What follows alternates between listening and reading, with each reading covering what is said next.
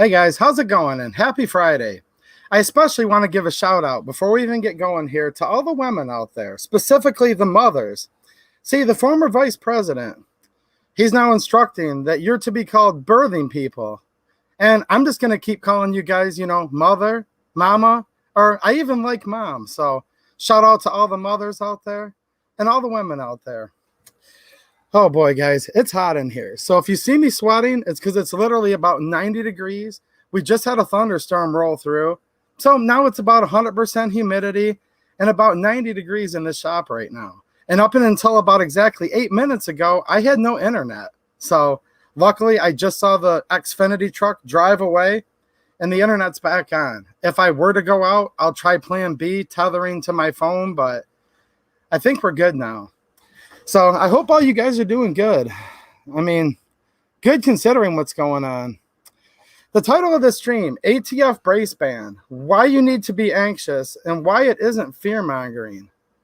Well, here's the deal, guys. There's a lot of people that are going to run around right now, and they're going to say, hey, anybody who's talking about this brace ban is just promoting fear, just trying to get you to watch their videos, etc. You can listen to that if you want to, but I would suggest you actually look at what they're doing right now. They're literally trying to destroy the core fundamentals of the United States of America, and we can never, ever let this become a communist country. You see, I'm not new to talking about this. When the bump stock ban happened, I was a very small channel, and some of you guys, God bless you, are still watching right now. When I would have 15, 20 people in my streams, people said I was preaching to the choir, whatever, but I was trying my hardest to talk as passionately as I possibly could to motivate people to fight off the tyranny of the bump stock ban, because so many people back then were saying they're just bump stocks. They're useless. They waste too much ammo. It doesn't matter. Who cares? It's just a piece of plastic. It's just this. It's just that. And I said, but the problem is this will set a precedent. It will set a precedent that no longer, as the Constitution mandates, that Congress makes law. That's literally what the Constitution of the United States of America says. But in my opinion, these people hate America and they despise America. And I wake up and I have no idea what country we're living in right now. Yeah, it's true. And it's sad. And it's okay for you guys to be pissed off. You know, the United States of America, the greatest experiment on self-government ever. A republic, if you can keep it. Yeah, a lot of people haven't cared. People didn't care about the 7.6 ammo ban. People didn't care about the bump stock ban, but they should have cared. And hopefully a lot of people care now. Because what they did is they established a precedent that literally said Congress no longer writes laws. They delegate that authority to the Attorney General. Yeah, the APA, a very unconstitutional law in my opinion. And then the Attorney General now feels that he has the power to further delegate down to the ATF. And then within the ATF, they keep delegating 5 or 6 levels deep. And we're going to go through that. There's a 70-page document here.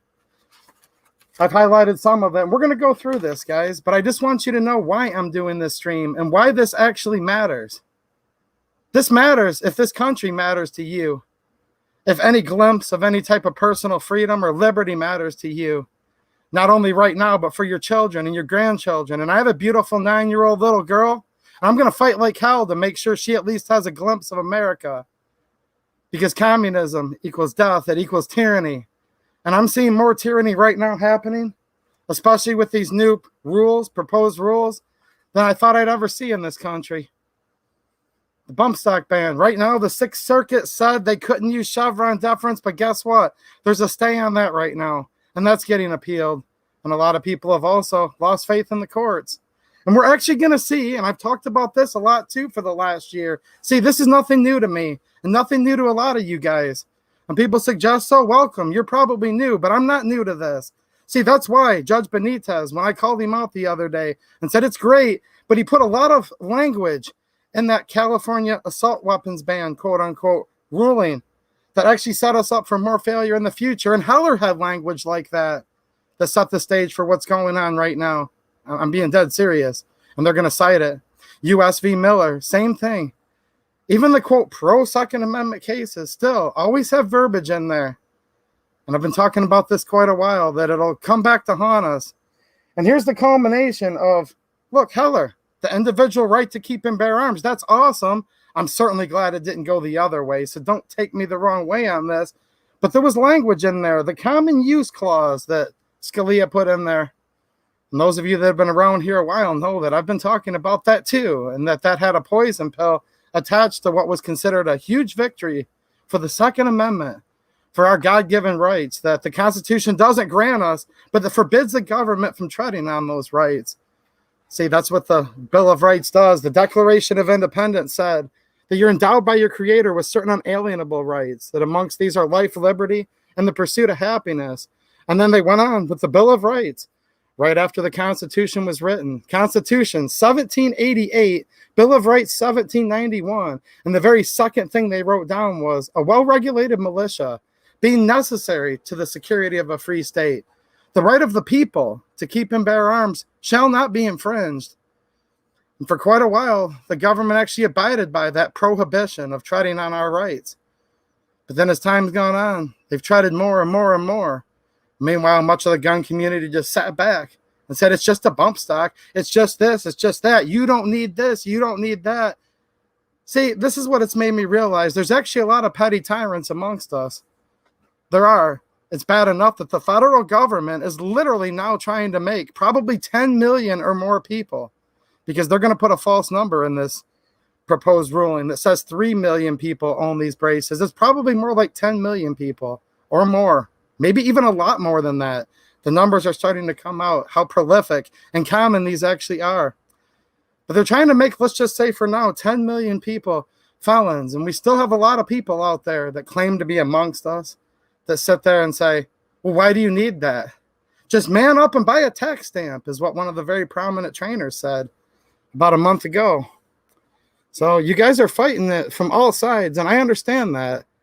Trust me, nobody hears it more than me, all the comments that I get, all the people trying to discourage me. But I'm not here to try to discourage you guys. I'm here trying to encourage you to help save the little bit of this republic that we might have left, and that we can preserve the little bit of founding documents that haven't been completely and utterly trampled on. And here's what the word anxious means. I literally printed off a definition. There's 2 definitions for it, and you can decide which one applies to you. The first one is experiencing worry, unease, or nervousness, typically about an imminent event or something with an uncertain outcome. Well, I would certainly say the threat's imminent. We're slightly uncertain of the outcome, but I think probably this proposed rulemaking is just a dog and pony show pursuant to the APA. I think they're going to put all of this into the Federal Register in 90 days, my personal belief, but I hope I'm wrong. Look, it's okay to be worried and uneasy and nervous. I mean, think about it. What do we have to lose?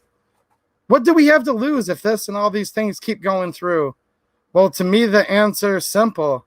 What do we have to lose? Quite literally everything. Everything you've always held dear, everything that you said made the United States of America different than other countries. Because there's many fine people that live in other countries, but we're the United States of America. We don't want to be like the rest of the world. And that's why our founding fathers were so clairvoyant. They knew that this would happen someday. And they talk about it in the Declaration of Independence. And they tried to put prohibitions on government where this could never happen. And they talked about the well-regulated militia, which means a well-trained, at the ready, organized, of the people, by the people militia, not a federal standing army. No, this was to be a complete opposition to that. As Federalist Paper 51 talked about, and said, well, men are not angels, right? If men were angels, we would need no government at all, it says in Federalist 51. But since men are not angels, we're going to need a government. And I do believe we need a government as long as the government's rule of law. And the rule of law, literally, strictly, the founding documents, in my opinion, the Constitution, the Declaration of Independence, the Bill of Rights. And you don't have to be religious. A lot of atheists and people like that, because I respect the First Amendment. You can believe whatever you want. But I would say, even the 10 Commandments, because most of us believe that's just a generally good structure to follow, right? Like, you can call it salvation, you can call it your faith, or if you want to, you can just call it knowing what's right from wrong, right? Yeah. And we can also say something that I've been saying for a really long time. Good men don't generally need laws because you're just going to do the right thing, right? But bad people generally aren't going to follow laws because that's what they do. People that are true criminals, Doesn't matter what you write down on a piece of paper. They're going to do what they do. And people have been murdering and doing very bad things for a very, very long time. And what's crazy is they talk about these AWs, the AWB of California, and we had one in the United States that lasted 10 years from 94 to 2004. Yeah. And this new regulation, by the way, has no sunset whatsoever. They didn't follow those laws. People just kept using the guns for whatever they wanted to. Yeah, it's true. But even these AWs, more people are killed with hands and feet every year than what they call, not my words, an assault rifle. It's true.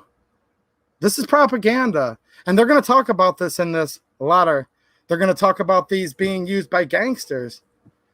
Can you imagine that? Just think about it. A lot of you are out there just working your job. Some of you 9 to 5. Some of you work till dark like I do. Doesn't matter.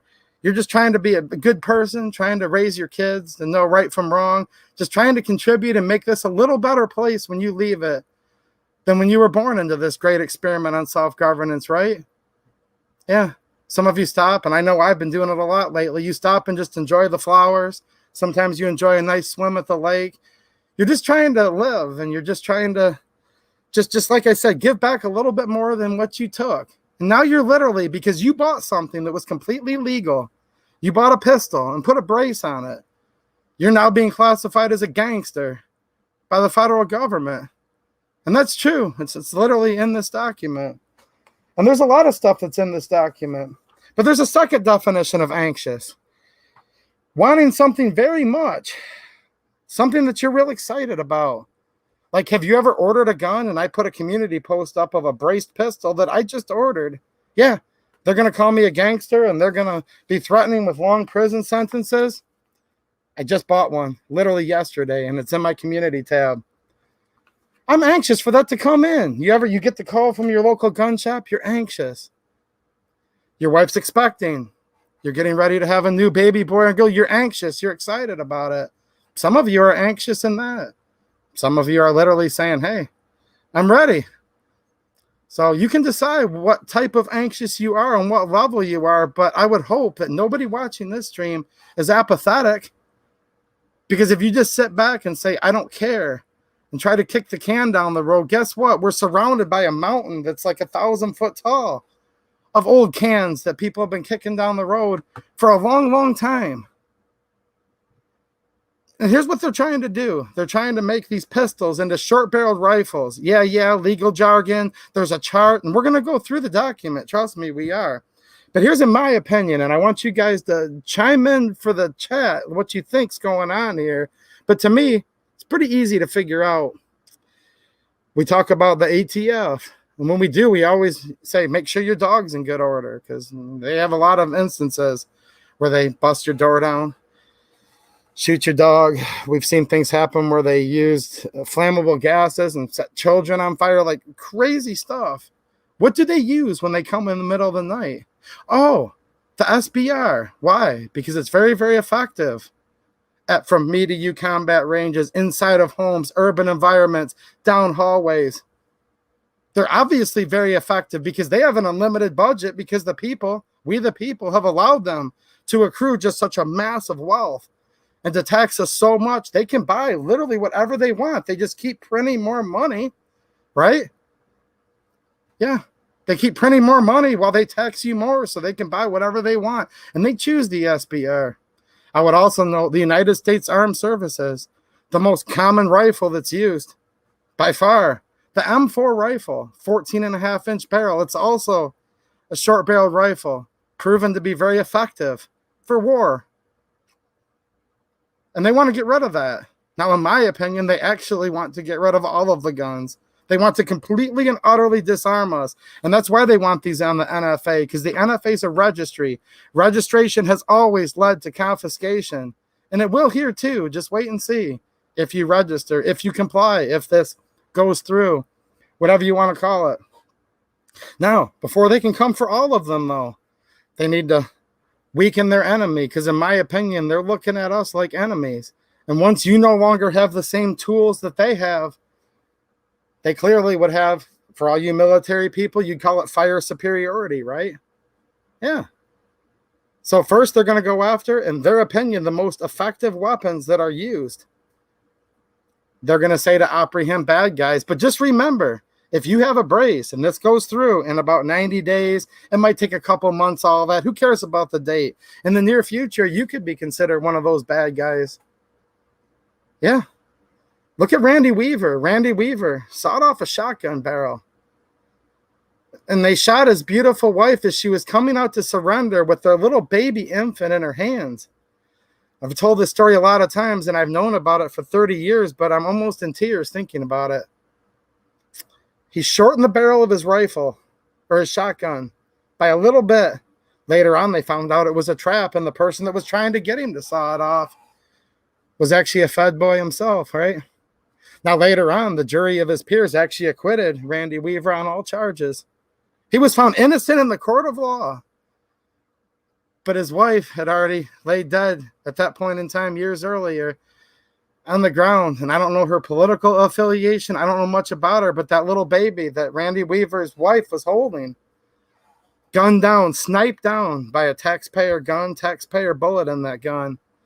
Due to the same National Firearms Act. See, this is relevant to what we're talking about right now. That little girl is alive today, and I noticed she vlogs and has like her own social media presence. I wish I could remember her name right now. This has been happening for a long time. And people said, oh, well, he's French, he's this, he's that. Well, let me tell you what, about 10 million of you out there, that's the estimation of how many of these braces have been sold. You're getting ready to get lumped in as fringe. Or you'll abide. You'll do whatever you feel is best for you, because I'm not going to tell you what to do. If I told you that you had to comply, obviously I'd be called a jackboot, and I wouldn't blame you. But if I told you that no matter what, you can't comply, and I'm going to force you to not comply, well, then in my opinion, I'd be trying to be just as tyrannical as the people that I'm ticked off at. So as much as I have plans for what I'm going to do, I'm not going to tell you guys what to do. But I did want to set the stage for actually what's going on right now. And you're going to make the best educated decision that you feel you need to make. Now, a lot of you will probably base your decisions on what you think is the best for yourself and your family. And I understand that. The Founding Fathers said you should actually think about what's best for your country, for the United States of America. And I think you should also consider that. Now, you should also consider there's some pretty hefty charges that they're threatening to put on people. 10 years in prison, couple $100,000 fine. There's a lot of stuff like that that you're going to think about. And I'm not suggesting anything, guys. I'm not the next George Washington. I'm just another person. I'm just here to talk, and I'm frustrated, and I feel a lot of you guys are too. But it says right here, and I've read this a lot, and I'm going to read it again because it just becomes more relevant every single day.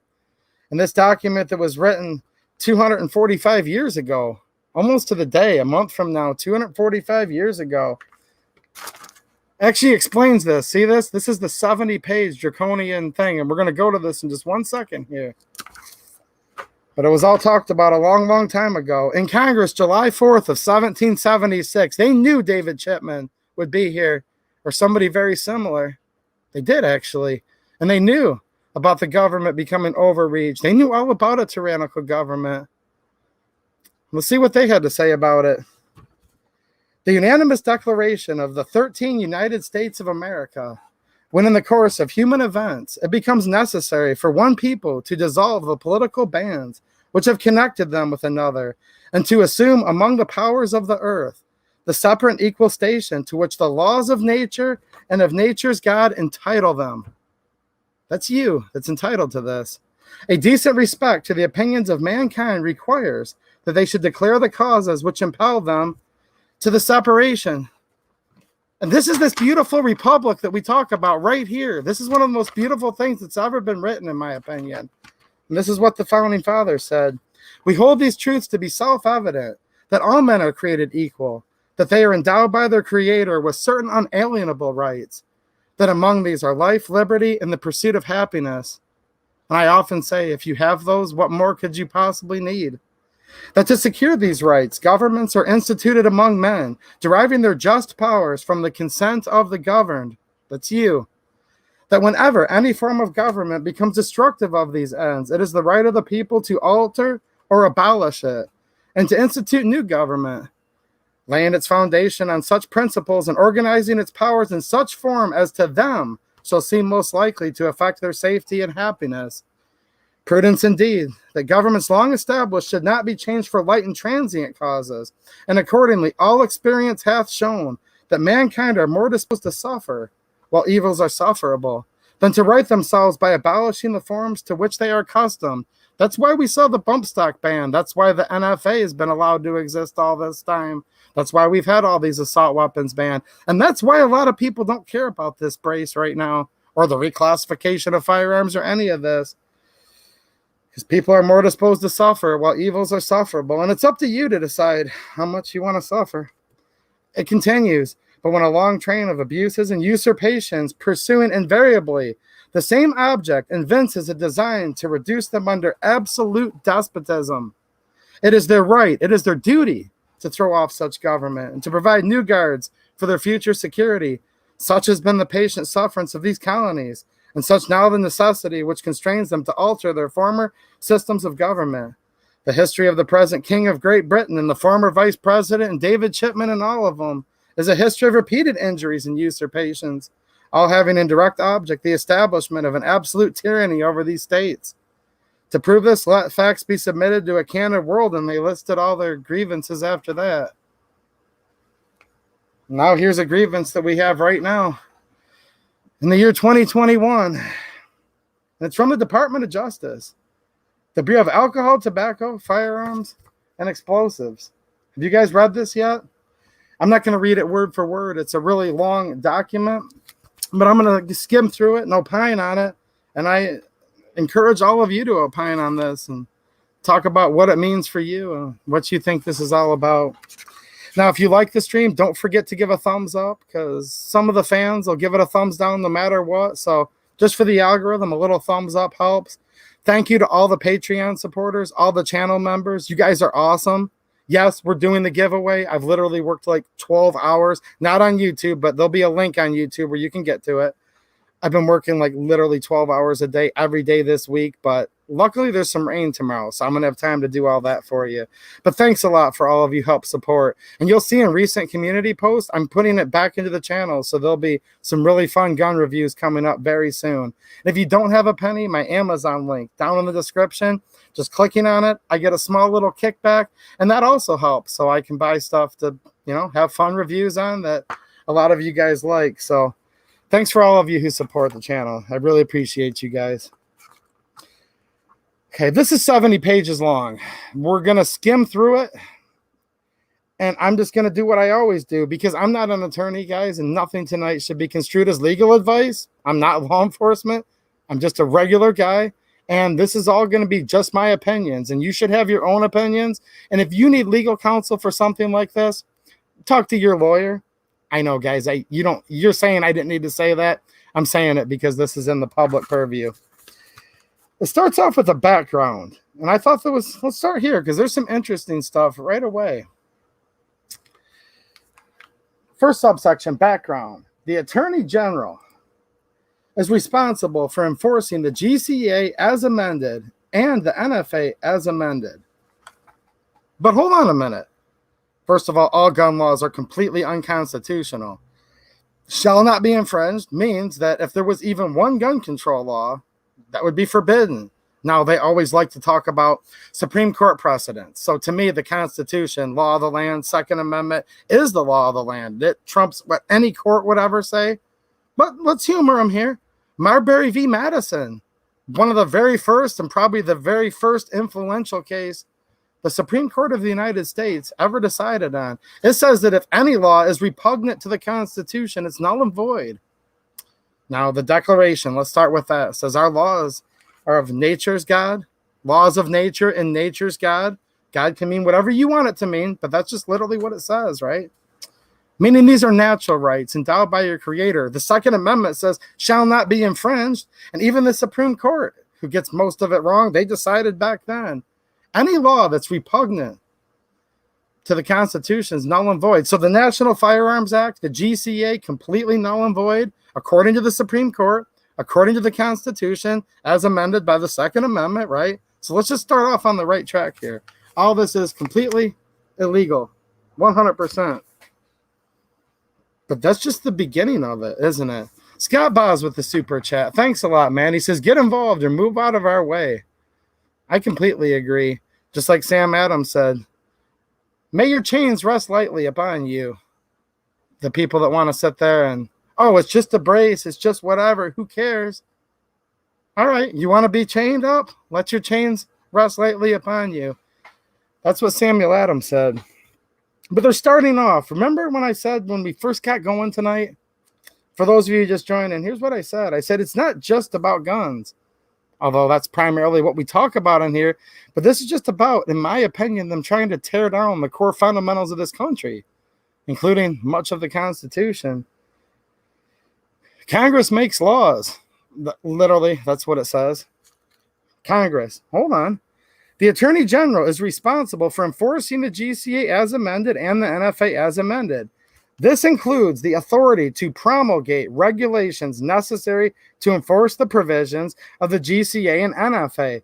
That's a fancy way to say now that the Attorney General makes law, because they call these regulations rules. These are laws, guys. Fiat laws, unconstitutional laws, no doubt.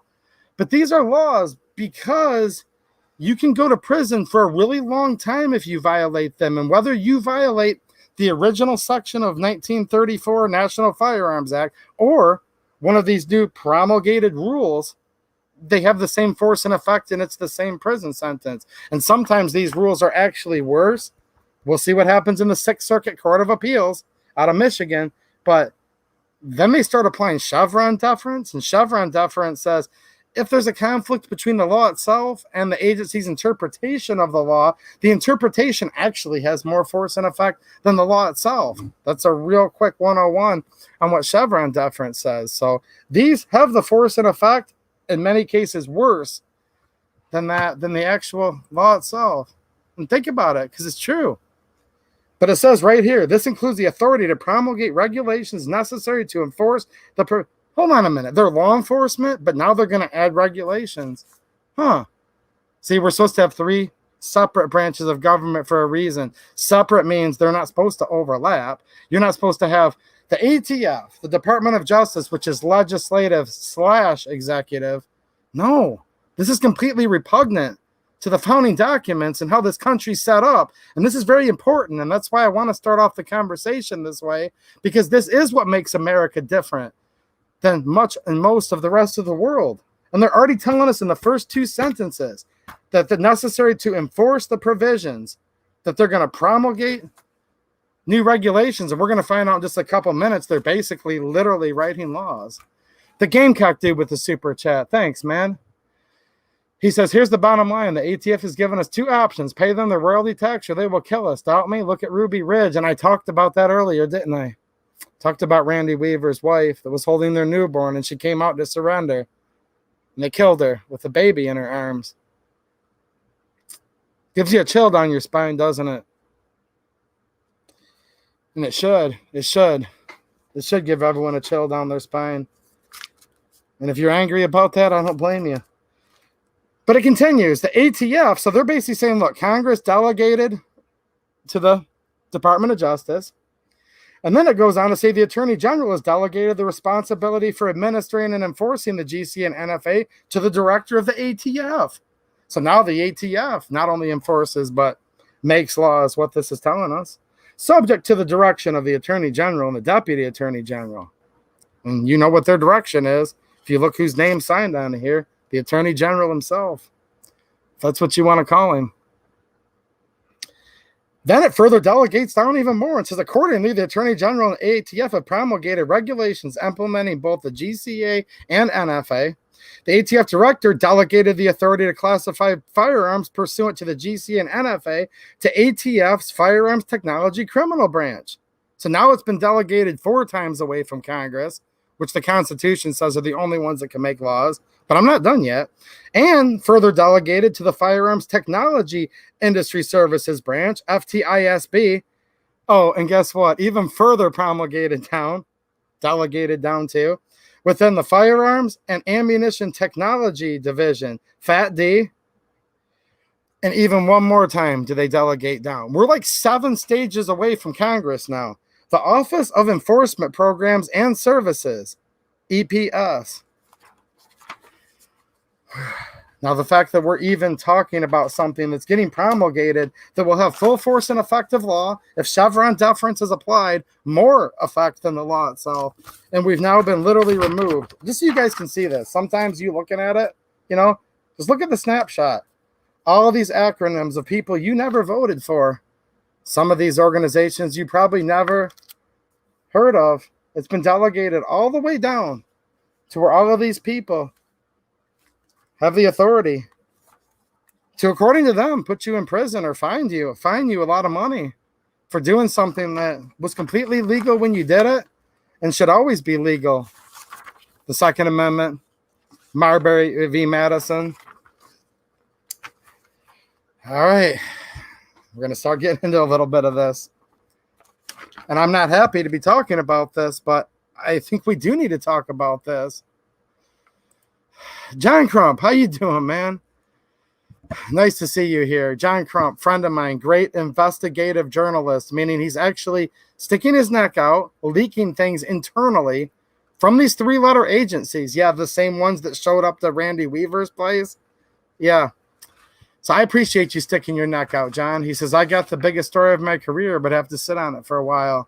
And your story last night was very interesting. And if I had worked like even 11 hours, I was going to break it last night or this morning. But unfortunately, I had to work 13 hours the last 2 days. Couple days, probably tonight, tomorrow, sometime in there. Tomorrow night, I meant to say. Tonight, I'm hanging out with you guys. I'm going to talk about John Crump's new story. But in the meantime, John Crump News, go over there and check that out. Thanks, John. I appreciate what you're doing, man. Good to have you here. Scott, all you other guys, too, friends of mine that are in here, you guys are awesome. I think I saw Jane Locke. How you doing, Jane? Jane's looking good now, guys. Well, she's always looked good, but she was having a rough time, and I know she appreciates all of your prayers, and I definitely appreciate you, Jane.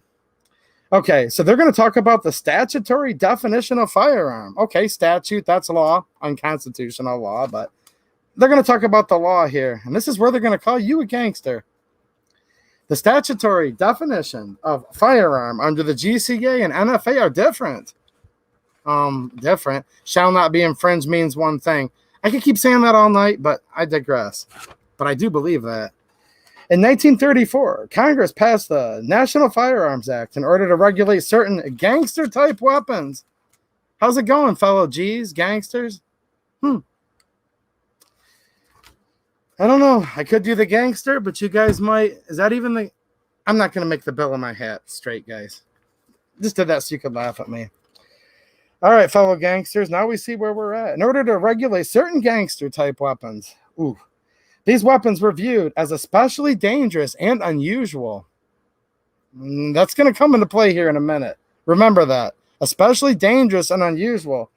Now, when people have... Let me tell you guys a quick funny story here. Mateo, my good friend and moderator, thanks for all you do, Mateo. And don't forget to give me a thumbs up, because he usually has to pay $2 for me to remember to remind you guys. So let's save the man some money. Anyways, we say there's all these caliber wars, and you guys that watch YouTube all the time see it, like 9mm versus 10mm versus 45, and then some guy will come in there and say, well, I wouldn't only use a 9 for self-defense. And then me and Mateo laugh, and we're like, dude, would you stand in front of a 9? No. And then we get down to where, would you stand in front of a 25? No. 22 short? No. And then we're always like, I wouldn't even stand in front of an airsoft purposely. So with that said, these are the dangerous firearms. Oh, really? Like all of them aren't potentially dangerous? The thing. Just want to put this into perspective where they're coming from. These weapons are viewed as dangerous and unusual, and as a result are subject to taxes and are required to be registered with the ATF. And this is where Heller comes into place, guys. And don't just take half of what I'm saying here out of context. Yes, Heller, That was the Supreme Court deciding, like if shall not be infringed wasn't enough, and if the Declaration wasn't enough. They decided, I'm using big air quotes for those of you listening, that the Second Amendment applied to the individual person and that it wasn't connected with military service and that you could keep a firearm within the home. But, and that's true, and that's great, but there was a poison pill in there. And I've called it out before, and I usually get a couple thumbs downs when I do, but it's just the truth. Remember when Scalia said, but it doesn't protect these, particularly dangerous or unusual weapons, like a machine gun, for example, he said. He said that this affects things that are in common use. And one of the most lauded victories that we've ever had in the courts for the Second Amendment supplied the fuel for the fire that they're using against us today. And it says it so right here. The Supreme Court in District of Columbia, v. Heller, 554 U.S. 570 of 2008 recognized these additional constraints as consistent with the Second Amendment. Heller did say that. Now, look, Heller isn't the end-all be-all. The Second Amendment, the founding documents, those are the law of the land, but I digress. We also recognize another important limitation on the right to keep and carry arms. And this is a quote from U.S. v. Miller, said that, as we have explained, that the sorts of weapons protected were those in common use at the time. And then it goes on. This is the ATF saying, we think that limitation is fairly supported by the historical tradition of prohibiting the carrying of dangerous and unusual weapons. I'm going to tell you why they're wrong. And I'm going to tell you what the context for Miller, because they actually didn't give the context to Miller in here. And I'm not a lawyer. I'm not using notes. I mean, I'm using this as notes, if you will. But I don't have Miller in front of me, but I'm going to try to describe that to you guys in 1 second, why they basically grabbed one little thing from Miller, but they're not telling you the whole story. Because if they told you the whole story of what Miller said, Miller would actually deem this whole proposed rule to be unconstitutional. Phil Ellis with a super chat and a channel member. Thanks a lot, man. He said, if our public servants, I like the way he started this already, because these are supposed to be people that serve us. They work for you. Don't forget that. If our public servants, legislative, executive, or judicial, allow the convoluted scheme laid out on the table of this proposal, we will have lost our country. We will be doomed. And I'm not trying to be doom and gloom. I'm not trying to fearmonger you. You'll decide if you're afraid or not. But I hope you're afraid enough to get that kick in the butt to get involved and actually do something for once. I know a lot of you guys have. Look, I know I'm preaching to the choir, but maybe you need to spread the message to a friend or family member. You know what I'm saying? Tell them to get off their butt and do something. And I'm not going to tell you guys exactly what to do, but do whatever you need to do. You guys have a moral compass? Maybe it includes writing people. Maybe it includes going to the right to peaceably assemble is also covered in the First Amendment, right? Petition the government for a redress of grievance. Freedom of the press, right? Of course, freedom of religion. There's multiple components to that First Amendment. The Second Amendment, a well-regulated militia being necessary to the security of a free state. That's pretty obvious what that says too, right? Miller said this. The guy had a sawed-off shotgun, and they said, hold on a minute. We believe that the Second Amendment, because they read what it says, a well-regulated militia being necessary to the security of a free state, right? Okay. They said, hold on a minute. We don't see this short-barreled shotgun having any particularly military use. Say the military had never issued any short-barreled shotguns at that point. Maybe they do here and there, SOCOM, whatever. But even today, they don't issue many short-barreled shotguns. Now, I'm not saying I agree with this assertion from Miller. I agree with part of Miller. The other part, see, here's the problem. It's just like Heller. They put these but ifs and but not this, but that. And then it gets used against us later. But what Miller said was this. If the short-barreled shotgun had been used by the military, meaning it was useful for the people's militia to protect the security of a free state and to protect against things just like this, okay? They said they would have actually abolished the National Firearms Act and Miller would have won. So at that time, if Miller would have had a machine gun that was used for military service, and with the Miller court, that time when the Miller court, case was heard, they would have actually said that was constitutional if it had appropriate militia use. Well, I just got done talking about short-barreled rifles. Literally the most common arm that's used in the United States military today. So if Miller had to hear the short-barreled rifle test, say Miller would have had a short-barreled rifle, and it was today, if you go by the Miller decision, that would actually say those are protected. So I just want you guys to know, yes, Miller's weapon wasn't in common use. I reject the common use clause. I'm just trying to tell you guys what these courts said, okay?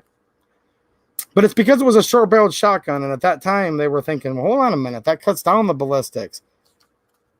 We were still fighting, more in open fields. It wasn't like it is today, the way we fight a lot of our conflicts and wars. But they're taking that exception that Miller made and said if they were not in common use, and then again, as reaffirmed by Heller, common use. No, it doesn't just protect something that's in common use. That's the first argument I'm going to make. See, the Second Amendment, the whole Bill of Rights, those prohibit the government from infringing on the least of us. Because if something's already commonly accepted and loved by everybody, you wouldn't need to prohibit the government from infringing upon it, would you? If every single person was, let's just say, pro-gun, for lack of a better word, in the United States, we wouldn't even have to talk about this right now. Now, obviously, that's never going to happen, but I think that's the point I'm trying to make. No, it's to protect the least of us. It's to protect the poor. It's to protect people without the means to circumvent these laws, because these laws only affect basically poor and working class people. If you're rich enough, you can still buy totally legal, transferable machine guns. 30 grand and up nowadays, maybe 15 grand for a cheap little Cobra Mac 10, whatever. But I think you guys know what I'm talking about. They get up in six figures really quickly. So rich people can still exercise all of these. They're not Second Amendment rights. They're protected by the Second Amendment, prohibiting the government from infringing on. I try to use air quotes. Some of you guys only listen, but according to the courts, it's the Second Amendment. Grants you this, grants you that. But I digress. So, common use. What do you guys think about common use? Am I the only one that's been kind of like, why do they have to keep putting that in here? But they did. These are the pro-gun people, supposedly. All right, so they're basically saying that it was a result of these court cases. The NFA has stood the test of time, and basically even the pro-gun courts believe in the NFA, and I hate to say it, they actually do. They actually do. Now, it goes on. In addition to the NFA requirements, the GCA also imposes specific restrictions on the transportation, sale, and delivery of short-barreled rifles and short-barreled shotguns. So not only if you have one and you don't pay the tax, because remember, that's what they came after Weaver for. Not because he had a short-barreled shotgun as much as because he didn't pay the tax. Because if Randy Weaver had paid $200 for that tax, then his beautiful wife would probably have been able to enjoy raising her daughter, wouldn't she? And they could have been a family, which they were before they killed her. Not because of the short-barreled rifle specifically, because he didn't pay the tax. And that's something we also need to really think about, because it's true. But in addition to that tax, it's also the transportation. Don't forget that. If you have an NFA item like a short-barreled rifle, short-barreled shotgun, you can't cross state lines with it unless you get a permission slip. Really? So the Constitution granting you, movement and immunities throughout the states, that's not enough anymore. Now you would literally have to. You would literally have to get their written permission. Now they know exactly where you're going to be. Oh, that's great. Don't forget that part of it. Also, the way you buy it. You won't be able to buy a braced pistol if it becomes a short-barreled shotgun from your local gun shop. And that's going to make sales suffer, because many of the biggest brands, the biggest name brands of firearms that are out there, yeah, it is all about the money. And there's small businesses that are hurting right now. What's happening, Joe Pacetti? Patreon supporter, I appreciate you, man. Not just because you're helping donate money to the channel. I just think you're a good dude, period. Also wanted to thank you for being a Patreon supporter. Local businesses. Look, guys, I'm working so much right now. You want to know why I'm working so much? Because it was illegal to cut grass and do landscaping a year ago. I'm trying to still dig myself out of that hole. Your normal FFL won't even be able to sell these anymore. And like I said, there's big name brands out there that these are available from the factory, and these provide a lot of revenue for a lot of very fine people. A lot of these people are your relatives and your friends and your neighbors that are FFLs and own these local gun shops. A lot of these are really good members of the community that strive to make their neighborhoods a better place. And a lot of these people give back a lot to their communities. Now, there's some bad ones too, but there's a lot of very good people that own gun shops, and they're not going to be able to sell these anymore. Only special gun shops with a very special license can sell these National Firearms Act items. First, you have to apply, tax stamp, fingerprints, all this stuff. Then it sits in jail for months, even years sometimes at this point. This goes through, and all the people do comply. I'm not going to tell you guys what you have to do. I'm hoping this isn't the case, but I have a feeling if a lot of people comply and buy these tax stamps, it could be a 10-year wait. But only special particular shops will be able to do that. And there's probably very fine people that own those too, but I think you guys get the point that I'm talking about here. It's going to have a huge effect on local commerce. And I'm afraid a lot of the gun shops could go out of business and make it where a lot of these firearms become even less common use. Because apparently a lot of a certain type of gun has to be used. And apparently 10 million isn't enough for it to be common use. Well, we'll get to that in a minute because they do lie in here, in my opinion, about they're way off on the number of these. So yeah, can't cross state lines, $200 tax. Remember what I said when I started the stream, registration, which always has and always will lead to confiscation.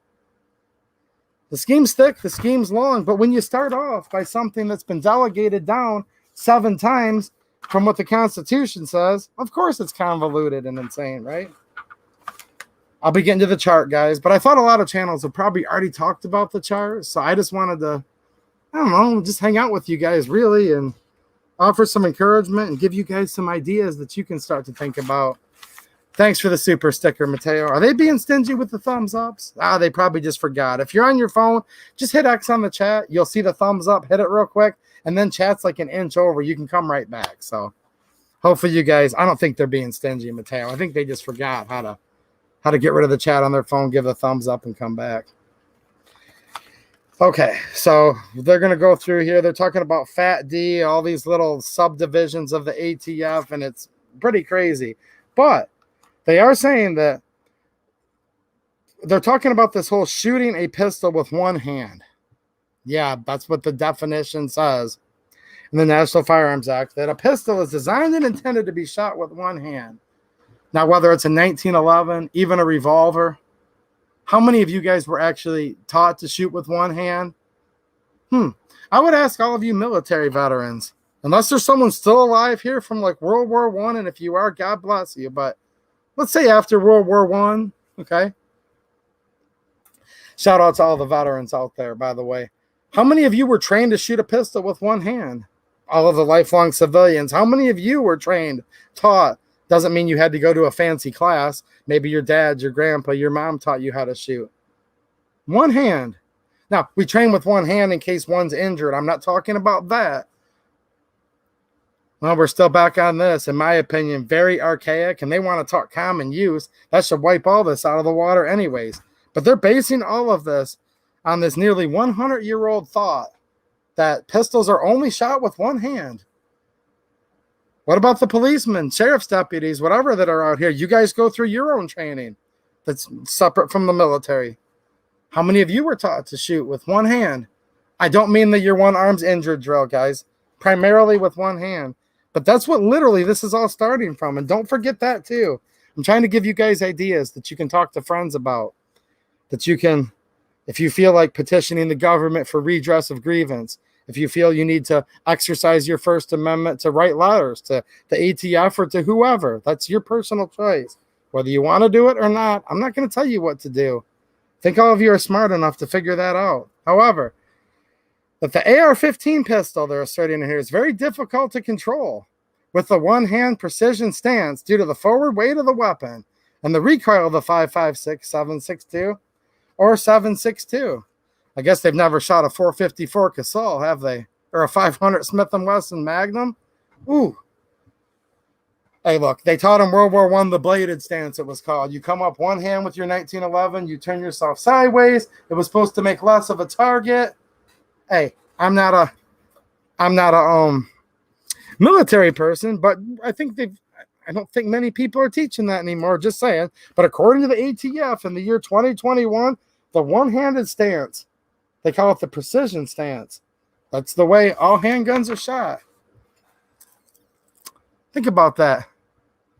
Look, you guys can shoot how you want, but this is all starting from a false premise. And I want to make people aware of that. Jay Johnson, what's happening, man? Beautiful little girl, by the way. Says, yeah, man, one hand and on its side, LOL. Yeah, some people I can't touch, by the way. Some people come in, you know. Also commonly accepted. That was funny, man. That made me laugh. I need you guys to make me laugh a little bit right now, too. I tried to do the gangster thing earlier. I couldn't do it, but just so you guys know, at the very beginning, anyone who uses these braced pistols, you're a gangster. And that is what the ATF saying here. Now they go on and they start off, we're back to this again. Because short-barreled rifles are among the firearms considered unusual and dangerous, subjecting them to regulation under the NFA. We're letting them get by with this? They're literally saying, this firearm's dangerous. Oh, really? That's like saying, is a Mack truck dangerous? You got a big logging truck. Shout out to everyone up north in Michigan. Coming through, right? Bunch of Ponderosa pine on his back, going 65 miles an hour. Is that dangerous? Yeah, I think so. Is a 50 BMG firearm dangerous? Absolutely. So is 223. So is 7.62. So is 22 long rifle. They're literally stating, see, here's what they do. They build on precedents. Scalia, the Miller case, you know, Heller and Miller. They start off by doing this common use thing, and they're using it on us again. So they're putting stuff in here that, in my opinion, they're going to use to ban all firearms someday. I just said it. Because if they can sit there and say that they're doing this because short-barreled rifles are among firearms considered unusual and dangerous, well, where do we draw the line? Because obviously all vehicles are dangerous. Gasoline's dangerous, even though you pump it in your vehicle. Somebody just said eating too fast is dangerous. There you go. Should we ban that? Right, Bradley Smith? Look, there's a lot of things that are dangerous, and I'll take a little dangerous freedom rather than a very peaceful slavery. I don't know about you guys. Because freedom isn't free. And the founding fathers, they never said it wasn't going to be a little dangerous, but hey, now they're saying that if something's dangerous, it continues. I'm probably missing some good stuff, but this is 70 pages long, guys. Okay. Common use. I've already established tonight, I don't believe common use has anything to do with your natural rights. Laws of nature, nature's God, your creator. It's a personal choice, whatever that means for you. And you're nodding your head thinking, well, it might be the Christian God. It might be no God at all. But you know what I mean when I say that. I mean not the former vice president, not the ATF, not the attorney general. Because I don't think they created any of this, did they? Here's what they say. It's estimated that, so this common use thing they keep referring to, it's estimated that manufacturers of stabilizing braces have sold 3 million stabilizing braces since 2013. Now, this is my opinion, but based on a little research I've done. SB Tactical saying that they're at about 10 million just themselves. Now, SB Tactical is the largest brace manufacturer, no doubt, right?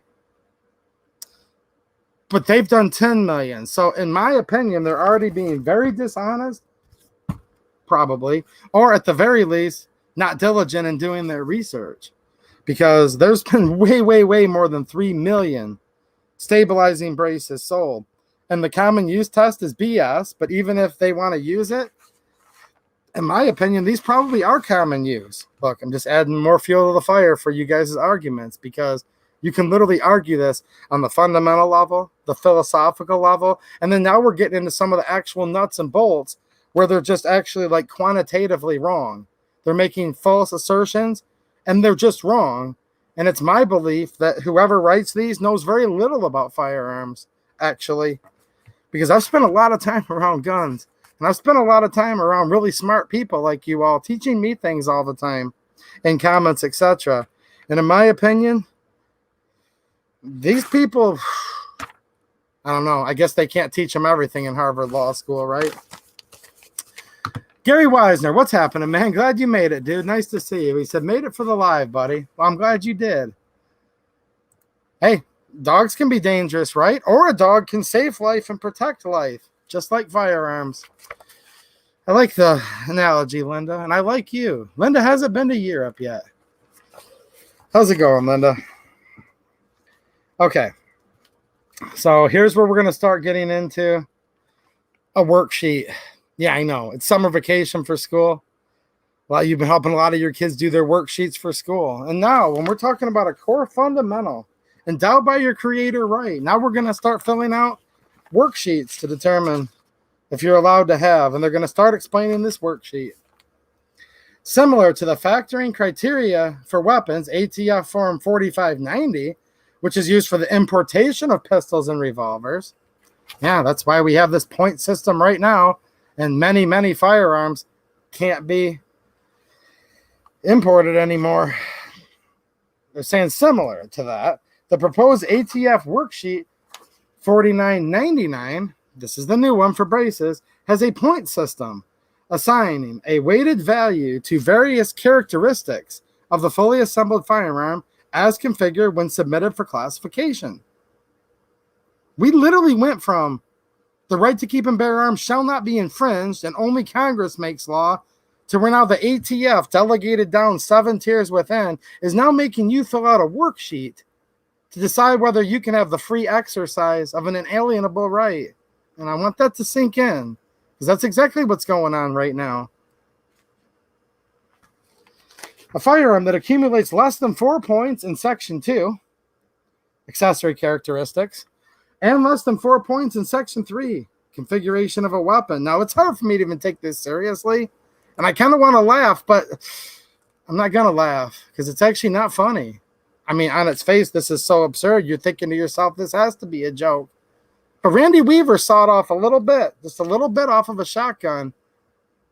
Vicky Weaver, may God rest her soul. So this is not a laughing matter.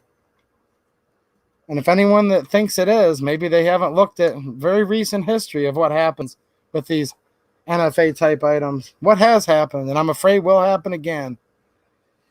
And less than 4 points in Section 3, configuration of a weapon will generally be determined not to be designed to be fired from the shoulder unless there is evidence that the manufacturer or maker expressly intended to design the weapon to be fired from the shoulder. So we're going to have this point system, or we can just decide that we'll do it anyways, regardless of what the points say. But I thought this was a worksheet. I thought we had points now.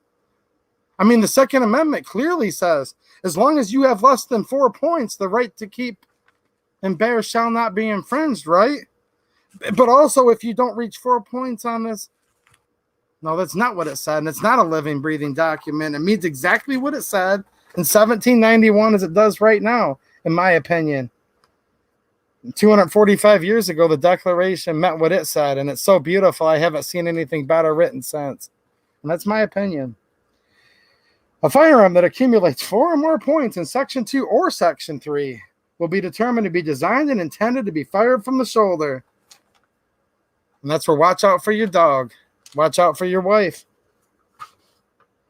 On the proposed worksheet 4999, objective design characteristics or features that are common to rifles, blah, blah, blah. Then it says these points range from 0 to 4 points based on the degree of indicator. Degree explained as follows. 1 point, minor indicator. The weapon could be fired from the shoulder. Oh, really? 2 points, moderate indicator. The weapon may be designed and intended to be fired from the shoulder. So we switch from could be to may be. 3 points. There's 10 years of prison on the line, by the way, with all this. If promulgated, full force and effective law, Chevron deference. Yeah. 3 points. Strong indicator the weapon is likely designed and intended to be fired from the shoulder. 4 points. That's it. That's called the axe. Decisive indicator. The weapon is designed and intended to be fired from the shoulder. And as I look out my window, I literally just saw a balloon go up. Literally, the balloon just went off. 4 points. As soon as I said 4 points. Must be the neighbors having a birthday party. Defensively, the balloon just went up, Susan. Birthday party next door. 4 points is a decisive indicator. We're going to get to the very next page is the chart.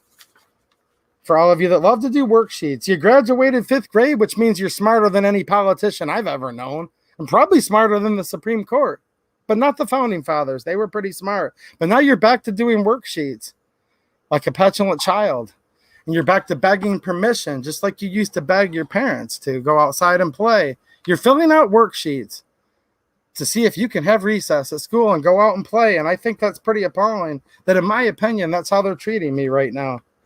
Just to think, from shall not be infringed to filling out a worksheet, and here we are. That's why I started off by saying, in my opinion, they're completely trying to destroy this country. And we need to fight like hell to make sure we can never, ever, ever become a communist country.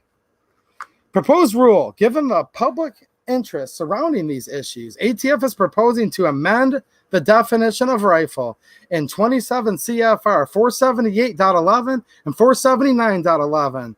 That's a fancy way to saying we are the law, we enforce the law, now we're writing the law. Respectively, by adding a sentence at the end of each definition, adding a sentence, that literally means they're writing laws. Am I wrong? I hope I'm wrong. I want to wake up and this not be true. That'd be a lot easier, wouldn't it? But hey, it's been easy too long, and good times make weak men, don't they? We've had good times.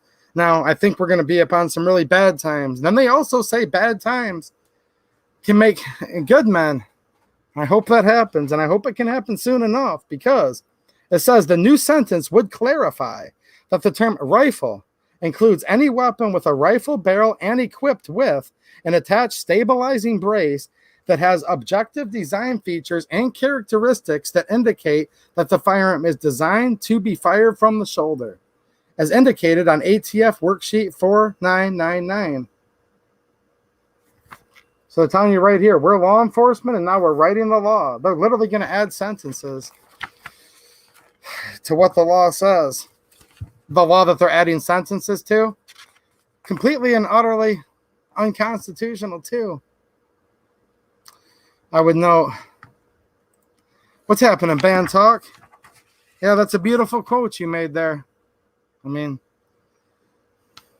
as long as you have the worksheet, the right to keep and bear arms, 4 or less points on subsection 2, shall not be infringed as long as it also doesn't reach 4 points on worksheet 3.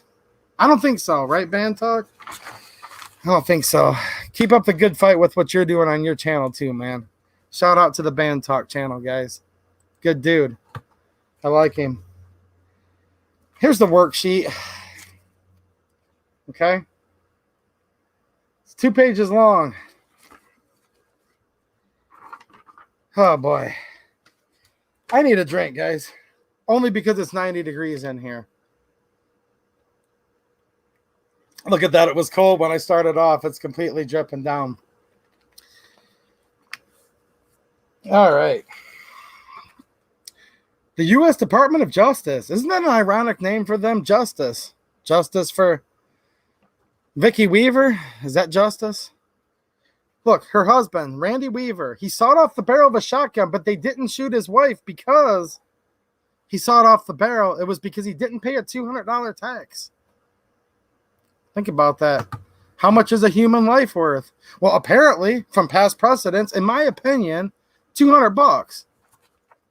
According to the ATF and things that have happened. And this worksheet, well, you can fill it out.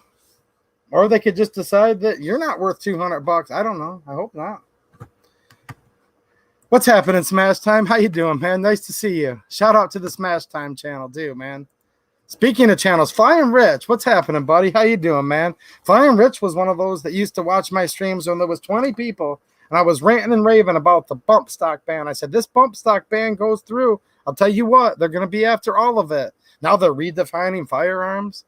They're trying to make every braced pistol, well, pretty much all braced pistols, into short-barreled rifles, and I knew it was going to happen. So did you, right, Rich? Did you get to 3K yet? Rich gets to 3,000 subs, guys. He's going to shoot an AK in the pool, And if his wife catches him, it's not going to be so good. So there's two ways to do this. If he gets a 3K, he's going to shoot an 8K underwater. And some of you may like that. Or if you just want to see Rich's wife beat him up, you can get him there too, because you might want to laugh at him for getting in trouble. So when you guys are done watching the stream, make sure you head over there. And I want to see him get in trouble, actually. That's what I'm rooting for. Just being honest. Love you, Rich. Marco Polo with the super chat. Thanks, man. I appreciate it. He says, stay strong. My rights to protect my family and myself. God bless us and protect the Republic. Well, thanks, man. Like Ben Franklin said, look, he was asked right at the founding of this country. A lady walked up to him and said, what have we, sir? A monarchy or a republic? What did he say? He said a republic if you can keep it. He didn't say we have a republic no matter what forever because it was written down. He said if you can keep it. So I encourage you, man, to stay strong, and I encourage all of you. Smash Time, thanks for the super chat, man. Also offering you guys encouragement. He says, keep up the fight. Whatever that means for you, keep it up, guys. We have to stay encouraged because I'll tell you what, man. Filling out worksheets. Yeah. Filling out worksheets. My 9-year-old daughter fills out worksheets for school. Maybe some of your kids do too. Maybe some of you guys have thought about that. This is over $200, keep in mind. But here's the thing, guys. Do whatever you want, okay? Do whatever you want. One-Eyed Shooter with the super chat. Thanks a lot, man. Was there a message that meant to go with it, or you're just trying to offer support? I'll try to catch up if you had something else to say. But thanks for the support, man. I appreciate you. Look. Matt, kiss my butt socialist. He says, $200 is less than some misdemeanor fines, but yet we can spend 1/7 of our life in prison over it. Our government sucks. Yeah, that's what I've been trying to talk about tonight, man. And that's why I like to read these comments. There's more of you than me, guys. I can't see all of them, but sometimes you guys say it a little bit better than me. The average life's about 70 years old, and every breath we take is a gift from God, your creator, whatever you believe created you. I respect that. If you respect it, then I respect you for that. You know what I'm saying? I'm pretty hands-off on telling people what to believe, if you guys haven't noticed that. But I know my convictions, and I believe every breath I take is a gift from God, and 1/7 of that gone. $200. But I'm going to encourage you guys to really think about it before you just pay them the $200, because some of you might be thinking right now, well, hold on a minute. It's only $200. No, it's a lot more than that. It's a registration. Registration always has, and in my opinion, always will lead to confiscation. Because I believe they want all of our guns. Someone's going to say, he's an extremist, blah, blah, blah. Well, you know what? Someone's going to come in here 5 minutes later and say 2 AE to use a FUD, and he's not extreme enough. Look, I can just be myself on here, guys. But I genuinely believe this. They literally want to take all of them. And since they find short-barreled rifles to be the most effective, okay, that's why the NFA is unconstitutional. They want to classify something that's not a short-barreled rifle, but might have similar barrel lengths, otherwise known as terminal ballistics. They want to ban that so that they can have complete and utter fire superiority over you after they know who has what and where it's at. And if you think about going out of state, well-regulated militia, what if the militias need to get together? What if the Ohio militia, first of all, we need to get back to having well-regulated militias. Look, they talked about this in the Declaration, you know. They said people will sit there. As long as it's not too bad, people will just sit back. And they've sat back a long time. And I don't know if this is going to be bad enough. I don't know any of that. But I'll tell you what if the Ohio militia and Michigan militia needed to get together? Form a couple of regiments, right? Divisions. Not without a permission slip. If you pay this $200, there's a lot more to it than that. Now, all of a sudden, this is according to the courts. Look, the Second Amendment doesn't grant you rights. It's just a prohibition on government. But let's pretend for a second we're in the realm of the courts. The courts have already said, even Heller, Miller, all these, that hold on. The Second Amendment doesn't cover particularly dangerous weapons. Yeah, literally. The most pro-Second Amendment case of your lifetime says in there, Heller, and they're quoting it here, trust me, that the Second Amendment doesn't protect a short-barreled rifle. So now the government, I'm still using air quotes, guys. Someone's going to pull this out of context. I know it, but whatever. You don't get your Second Amendment rights anymore if it's a short-barreled rifle. That's what the courts have said, and they go by court precedents. They don't go by the founding documents anymore. The courts always cite precedents. So according to the courts, you'll lose your Second Amendment rights if you buy an NFA item. That's what they say. Your rights were endowed by your creator. The Second Amendment only prohibits the government from infringing. That's what I'm saying. Now, they're going to say, not protected by your Second Amendment right. Okay. Can't cross state lines with it. $200 tax. And if you don't pay it, well, who knows what could happen. Lots of things bad could happen, right? Ban Talk with a super chat and a channel member. Thanks a lot, man. I appreciate it. He says, cheers to the pursuit. Liberty and justice for all. Look, the Declaration never said that you would be happy. It never said that. Happiness is a state of mind, and that's all for you to find on your own. And there's many things that'll make you happy, but I'll tell you what, the government was only put here to protect your unalienable rights, that amongst these are life, liberty, and the pursuit of happiness. Meaning you're allowed to be happy in life. Yeah. And it's not because the government told you were allowed to be. You always were allowed, and you always will be. But I'll tell you what, the government comes in and gets rid of the free exercise of these natural rights. It can sure make it tough, can it? I'm sure the Weaver family has had a really hard, long life, haven't they? I mean, that little baby, she's alive today. She's a beautiful young lady, but man, I bet you she sure misses her mom, doesn't she? Ugh, why do I have to keep bringing up the Weaver case? You guys see a grown man cry on this stream, you're going to really laugh at me, but it's sad. It really is. James K with his super chat. Thanks a lot, man. He said, look the worksheet over. If it goes through SB3, yep, SBA3 and SB4 braces are going to be impossible to use. And we're going to get to that in just a minute, guys. We will. We will. I just didn't want to just read it to you. I wanted to kind of talk about this because I know all of you guys can read, but I want to talk about like all the things that are actually behind this. It should be like this, in my opinion. The fact that we're even thinking about filling out a worksheet for exercising one of our certain unalienable rights protected by the prohibition that the government can't infringe. Yeah, the SB A3 and A4 gone. According to this, we'll get into that. They specifically filled out a couple sample worksheets. Remember the old teacher's edition? Some of you guys in school, you weren't good at math or something. So you're like, hey, teacher just went to the bathroom. Someone grabbed the teacher's edition. There's a teacher's edition in this, guys. Can you believe that? People that, in my opinion, don't even know what guns are. Seems like they're very ignorant to the laws, in my opinion. They filled out sample worksheets for you, literally like a teacher's edition. So you can study like good little boys and girls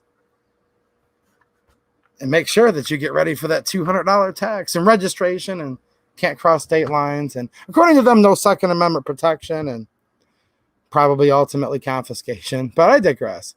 Mike McClune with the super chat. Thanks a lot, man. That's a nice looking bear in his avatar. Whew. $200 for a tax stamp. What happens if they decide to allow for inflation to adjust that tax? It will be over $2,000 in today's money. And you know what? They have talked about that. They have talked about that a lot. And there's been a big movement for them to come back and amend the National Firearms Act to do that. They could do that afterwards. Doesn't matter what look, there's no grandfather in this. I don't want to forget this. People talk about something that they're prohibited from making what's called an ex post facto law, meaning it was legal when you done it and you did it back then, but then now they change the law and retroactively go back and get you for something. Huh. A lot of you have probably already in the chat been talking about those tonight. Ex post facto law. Look, there's been many, many letters. We don't need letters to tell us what our rights are, but hypothetically within their little sphere of reality, okay? For those of you listening, lots of air quotes tonight, within their little sphere of reality, they had already given us permission to use these dozens of different types of braces and told you that it was totally legal when you went out and bought it. And they're saying it doesn't matter if you bought it when it was legal. It's illegal now. It's kind of crazy, isn't it? Now, some of you are already trying to save up money right now to buy a bunch of tax stamps. I'm being realistic. Some of you are. Some of you are saying, heck no. Nope. Some of you are saying things like lines in the sand. Some of you are saying that you will not comply. There's lots of different decisions people are thinking about. You're probably having personal conversations with family members and close friends that you trust. And there's probably lots of things that you wouldn't say here. And I understand that too. Look at where we're at right now.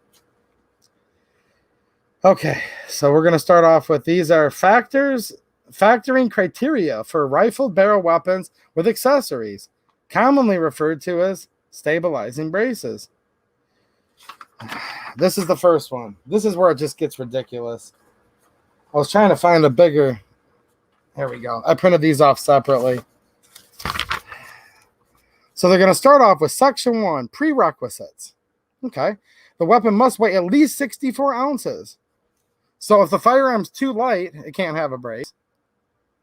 Now we're going to see later on if it's too heavy, it also can't have one either. I don't have any tax stamp, guys. I'm not a stamp collector. If anyone wants to know my opinion.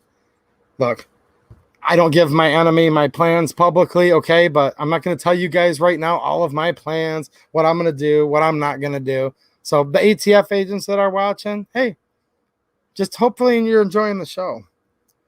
But I will tell you this, I'm not a stamp collector. Okay. John New with the super chat. Thanks a lot, man. I appreciate it. Thank you. I don't know if you meant to type something or if you're just offering some support, but I appreciate it, man. Okay. So if it doesn't, the weapon must weigh at least 64. Okay. The weapon must have an overall length between 12 and 26. So it can't be too light. And it can't be too heavy. Now, it can't be too long, but it also can't be too short.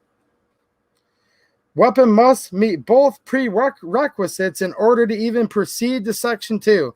So a lot of you guys, and again, I'm not a lawyer, not an expert, not a legislator. Thank God I'm not a legislator, or I wouldn't even hang out with myself. So you guys can still hang out. Not a legislator, not a lawyer, not anything. I'm a landscaper with just a very small amount of college education. But I can already tell something ain't quite right here. It can't be too light. It can't be too long. It can't be too short, but it can't be too heavy, long. I'm so stupid I can't even read anymore. This is what happens. You read 2 sentences of this. Now, I'm reading founding documents. I can rattle that stuff off for hours. I read 2 lines on this stupid thing. I literally forgot how to read. Because this stuff does, in my opinion, require the listener to be much dumber than the speaker. And I'm actually kind of insulted by this. Are you guys kind of insulted by this too? Maybe kind of, maybe a lot. Okay. There's something called a firearm, and in some of the states, you guys have AWBs, right? And some of you can chime in that live in these certain states. And the ban will say that assault rifles and assault pistols are banned, but to get around it, your firearm is not technically a rifle. It'll be something that's over 26 inches, doesn't have a stock on it, but it does have a grip, and I'm not giving legal advice. There's a certain configuration that some of you in certain states make your AR-15, and it makes it simply a firearm, and therefore not a rifle, and it makes it where it's lawful in your state. I probably did a bad job of that, but I think you guys know what I'm talking about, right? Well, that's out. That's out. No more brace on that. If it's over 26 inches long, you're not even allowed to proceed to Section 2. So that's what that's telling you. Also, if you have a real lightweight pistol like a Glock that you might have put in an MCK, previously called the Micro Roni, well, I know the Glock weighs less than 64 ounces, so that's going to be out too, right? All right. So if it's not too light, and it's not too heavy, and it's not too short, but it's not too long, you may proceed. Whew. Thank you, ATF. I was starting to sweat it out, but now I may proceed. No, it's literally 90 degrees in here, guys. 100% humidity. Thanks for the super chat, Denny's Plant-Based Journey. I appreciate you, man. And a channel member. Guys, all the stuff from that cool event that my members and all of you guys helped me go to, I'm giving it all away. Not on YouTube, Susan, but you'll be getting the link here, I promise, literally in the next 2 days. Mrs. 2A EDU, she's on me, guys. Trust me. She loves all of you guys.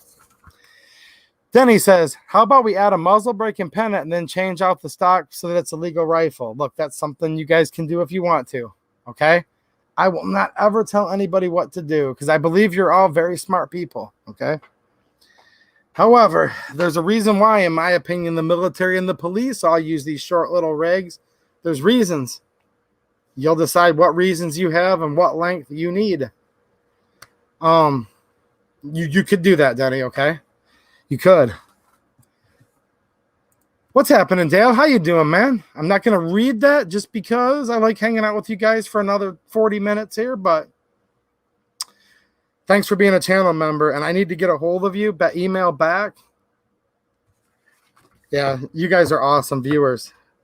People like Dale offering to loan me a pistol to do a review with, guys, that you guys have been asking about a lot. So I'm going to be doing a video soon, sponsored by one of my viewers. No, people are awesome. You guys, some of you guys send me ammo. You send me stuff. You let me borrow firearms for reviews. Some of you leaving me super chats tonight. I really appreciate all you guys. So I can take a little time off work and do what I do on here. Because with my business, I'm still digging myself out of the hole from last year when it was illegal to cut grass in Michigan. All right, section 2, accessory design. If the accessory, otherwise known as a brace, is not based on a known shoulder stock design, that's 0 points. If it incorporates a shoulder stock feature or features, it's 1 point. Based on a known shoulder stock design, that's 2 points. Yeah. So, section 2, you could already have 2 points that quickly, right? Yeah, you guys are all deciding different things you're going to do. It's just up to you guys. You know what I mean? I respect all of you, and I can just tell by reading the comments. Lots of really smart people. And if I haven't told you guys this lately, I'm going to say it again. How lucky I am to get to hang out with you guys like this every Friday night. Because from what I've seen, guys that hang out here, gals, are the best of the best. And you guys are smart. You guys will know what to do. But we have to do something. We have to get involved. We are on YouTube right now. Susan Wiki is what they call her. We used to be friends, but not so much. I don't think we can be friends anymore, Susan. Rear surface area. No. This isn't a hot check. I know some of you guys like big butts. No, you can still like big butt. This isn't that type of rear surface area, they call it. That can mean many things, but this is a family-friendly stream. Device incorporates features to prevent use as a shouldering device. Prevent? Do you guys even know what that means? This is literally what went through my head briefly. Features to prevent what, like a big spike protruding from the buffer tube or whatever? Like, I'd like to shoulder this, Mr. ATF man, but I just impaled myself and the spike's like sticking all the way out and you're like, or what, like put 240 volts at about 100 amps to the buffer tube? You go to, I don't know what they mean here. But if you have something that's incorporated to prevent you from being able to put it to your shoulder, that's 0 points. That might hurt. So I don't suggest doing any of those two examples. I just said minimized rear surface, locking features to discourage shoulderings, 1 point. Rear surface useful for shouldering the firearm, 2 points. If it's useful, they don't want these to be useful, in my opinion. Material added to increase rear surface for shouldering. 3 points. Giving them too many ideas, brother. Yeah. The 2A EDU amendment to the National Firearms Act, you now must incorporate a 10-inch spike from the rear of your firearm. If they do that, you guys can blame me. I don't know. I just thought some of you would start off and be like, rear surface area? Heck yeah, dude. Nope, not like that. All right. Adjustability. If it's non-adjustable, 0 points. If it's adjustable or telescoping, 2 points. Stabilizing support. Counterbalance design, non-folding, 0 points. Counterbalance design that folds, creating rear contact surface, 1. And then they talk about if it's a fin type with arm strap, 0. Fin type without arm strap, 2. Okay. A well-regulated militia being necessary to the security of a free state. Okay. Beautiful words, by the way. The right to keep and bear arms shall not be infringed except or unless it doesn't have a strap. Must have a strap and then shall not be infringed. Is that what it said? Maybe they can rewrite that too. I don't know. You getting out of here, Rick? Good night, man. Nice to see you, dude. Shall not be infringed as long as it has a strap. That's what the government's trying to tell you right now. Or a cuff type with a fully wraps around the arm, 0 points. Cuff design that partially wraps around the arm, 1 point. Are we getting our blood pressure taken or what? Cuff design that fails to wrap around the arm, 2 points. Split stock configuration, not designed to wrap around the shooter's arm, 3 points. Woof, woof, woof. Your dog's just looking at you. Daddy, why didn't you have the cuff that wrapped all the way around the arm?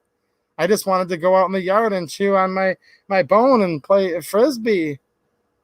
But you had to buy that cuff that didn't wrap completely around the arm. I know. It's not funny, though, is it? So if you have less than 4 points, you may now proceed. You lucked out. You're doing good. You're being a good little boy or girl. You can now go to Section 3. And if you thought you could get by Section 2, good luck with Section 3. As that old song goes, you ain't seen nothing yet, right? You ain't seen nothing yet. I'm not going to try to sing it because I don't want to copyright, and I'm not a good singer. But you guys know the song. Length of pull. Hold on a minute. Length of pull. We talked about this before. And length of pull, I'm going to try to find where they have it here. Length of pull is very specifically only for rifles. Again, all gun laws unconstitutional, but let's go by what their own laws say. Section 3. I'm going to get to this in 1 second, but we need to look at this first.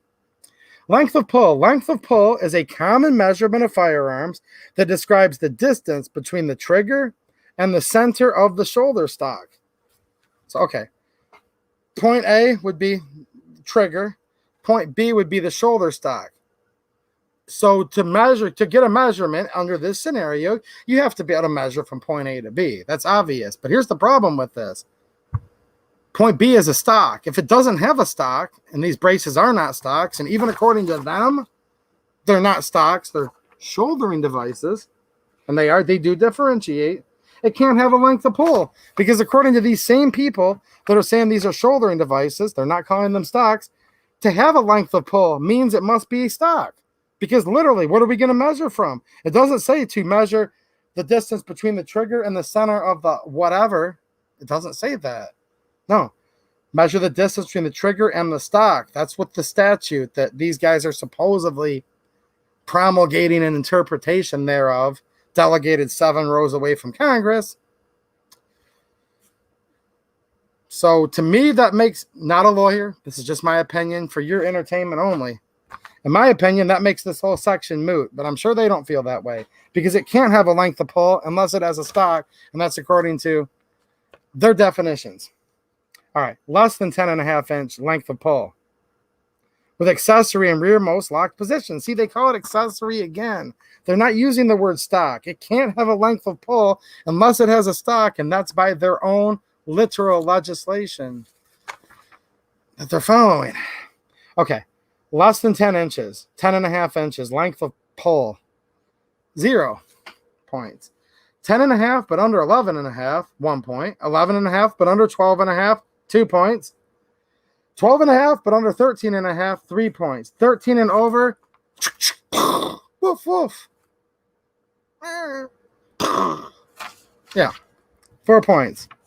Attachment method, standard AR type pistol buffer tube. 6 to 6.5 inches long. See, it's a $200 tax, but if you're a 1/4 inch off on your buffer tube, time to gather some points.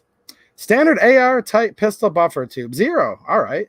AR type pistol buffer tube with adjustment notches, and they specifically state the CAC type. A lot of you use a CAC tube with your shockwave brace, right? 1 point.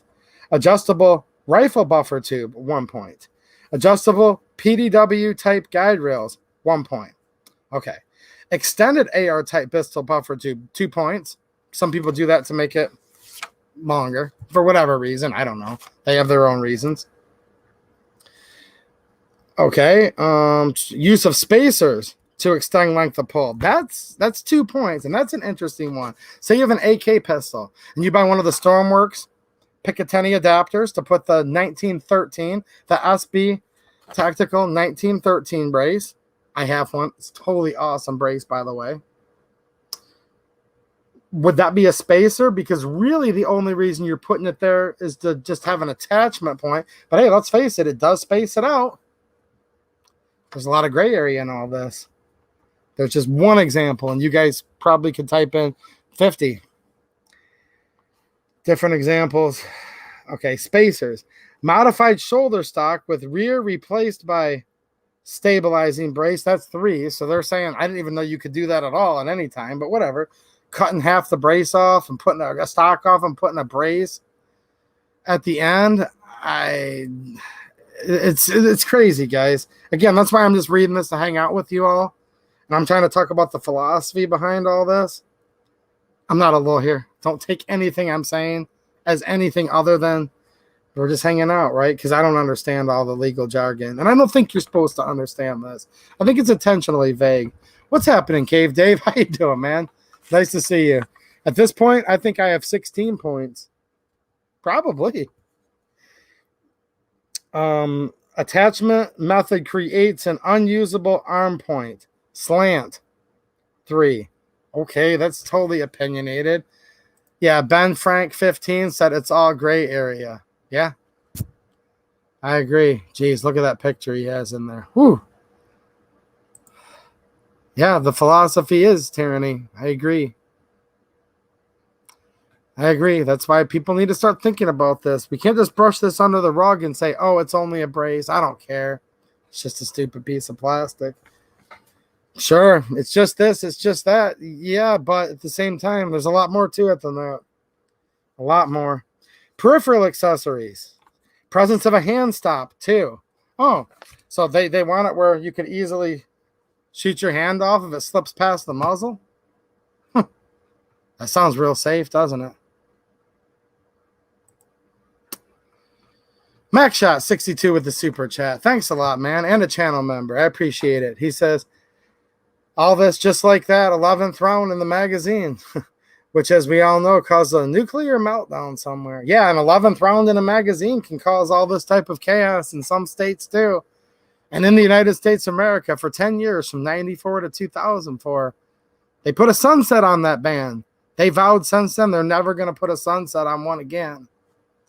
They said they'll never, ever, ever make that mistake. That's what Feinstein and all of them said. Feinstein. She's a real beauty, isn't she? And when I say beauty, I mean like in a different kind of way. The Reptile Guys with a super chat and a channel member. Thanks, man. He said the reason that they use this language, like extraordinarily dangerous weapons. Yeah, once they get the majority believing this, they can apply it to all weapons. That's exactly what I said earlier, man. Exactly what I was saying. Because all weapons are potentially dangerous. I mean, I wouldn't step in front of an airsoft just for fun, would you? Or a BB gun. Like, I don't want to get my eye shot out. I'm a very peaceful person. I don't want to step in front of anything. I'm actually like a lot of you guys. I just want to go to work, try to provide a decent life for my family, and make the world a little better place for my little girl when I leave. And that's just what my parents have been doing too. And it's really all I want. I just want to be left alone. I'm not going to bother anybody, and I sure as heck don't want people to bother me. But yeah, of course they can all be dangerous. People can be dangerous. Presence of a hand stop, 2 points. Presence of a secondary grip, 4 points. Now, I don't know if that now includes angled foregrips or not. It used to be a vertical grip, turned it into an AOW, or in some cases a short-barreled rifle, depending. Not a lawyer, guys. Now they're saying a secondary grip. I don't know what that means, because hand stop is different than an angled foregrip, an AFG. Think about it, guys. I don't know. I don't know who to ask. I guess a lawyer, but I don't really want you guys to pay lawyers' fees. I don't know. It just says presence of a secondary grip. That's 4 points immediately. Vertical foregrips, those have already made certain short-barreled firearms, certain types of tax stamp items for quite some time. Whether it's a $5 or $200 tax stamp, no, it's just, there's a lot more tyranny to it than just the money. Presence of a rifle-type backup flip-up sight or no sights, 1 point. Did you guys read that? A lot of people have been saying that if you have rifle sights or flip-up sights, you get a point. I haven't heard many people mention this, but it's clearly on here. Okay, so if you have rifle type, I guess they don't understand how common these pistol caliber pistols are. There's a lot of 9mm ARs running around right now in total common use, but I digress. If it has what they determine to be a rifle type backup / flip-up sight, that's 1 point, or no sights. So if you literally have no sights, that's a point. No sights. That's what it says. Presence of reflex sight with FTS magnifier with limited eye relief. 2 points. Uh-oh, watch out for your dog. I hate to say it again, but we're in dog territory now. This next one. Presence of a sight scope with eye relief incompatible with one-hand fire. 4 points. So they're saying you can't hold it up near and shoot with one hand. These people must be weak. They need to start doing some PT. I can shoot all these common caliber rifles with one hand. Heck, I was just out there with a 12 gauge the other day just because I could. And I wasn't filming it to look tough. Shooting a full 12 gauge with one hand like a boss, like it was nothing, just because I wanted to. I was by myself. But according to them, no, you couldn't do it. You couldn't do it. You couldn't possibly shoot the high recoiling 223 with one hand. Presence of a bipod or monopod's 2 points. Weapon as configured weighing more than 120 ounces. Remember I said that earlier? More than 4 points. So if it's more than 120 ounces, 4 points, you're done. Go back to the very first section 1. If it doesn't weigh at least 64 ounces, you're done. So it has to weigh between 64 and 120 ounces. Okay, the right to keep and bear arms shall not be infringed as long as the arm is between 64 and 124 ounces. Got it. And the arm strap is made out of this material, and the cuff wraps this much around my wrist. And the sights must be of a certain type, and it must be counterbalanced in a certain way, and it can't have a hand stop, and it can't have a bipod, and it can't be any shorter than this, but not longer than that, but definitely not longer than that. No spacers, no adjustable this, no PDW. Shall not be infringed and stuff.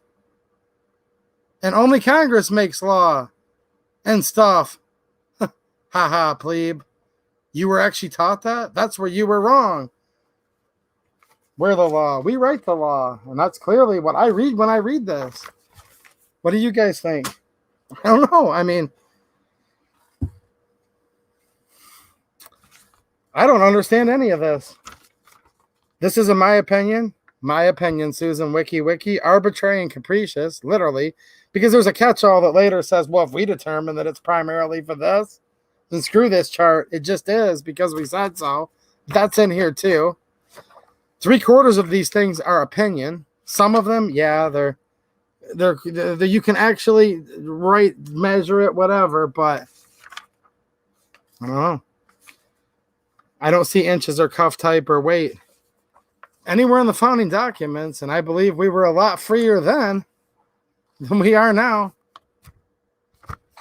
Daddy's Plant-Based Journey with another super chat. Thanks a lot, man. If the truth is they don't want you to be able to comply, and they're hoping they will either buy the tax stamp or that you will get rid of it. Yeah, I believe that's what it is. Yeah. Look, there's a scenario where you might be able to comply, but here's the thing. The ATF's been talking a lot lately about this holistic approach, where they'll literally go through a case-by-case basis. You could be Johnny on the spot with this, and they'll give you an example. Here's the teacher's edition I told you guys. Here's the cheat sheet. Let's get to this. They do give an example in here of what they would say would be a firearm with a braced accessory that would somehow meet their needs. Let me find it here. This thing's 70 pages long, guys. Give me a minute here. I haven't had a long time to read it, but you start reading this stuff and it's like, I know what's going on here. They want people to either pay them a tax stamp or they want people to give it to them, throw it away. I'll read that in a little bit here before I get off here, because they do actually give you different things that you can do. They offer you choices. Okay. You guys will all make smart choices. I have faith in you guys. You guys will know what you need to do. Okay, here's an example. AR type firearm with the SB Mini. Okay. So I'm not going to read through every line, but they're saying it gets 0. This is, okay, so let's go back to section 1. They're saying that it weighs 91 ounces. All right, so it's at least 64. And then the second provision, it's 25 and an 1/8 inch. So it's between 12 and 26 inches. So that can proceed through. They're going to have to be talking about the exact barrel length here somewhere. But let me just get through this chart. 0 points. Okay, so it goes on to section 2. The first section, 0 points for the accessories design. Okay. The rear surface area, it gets 2 points because the rear surface area is useful for shouldering the firearm. It's not adjustable, so it doesn't get any there. It's not counterbalanced and folding, so doesn't get any there.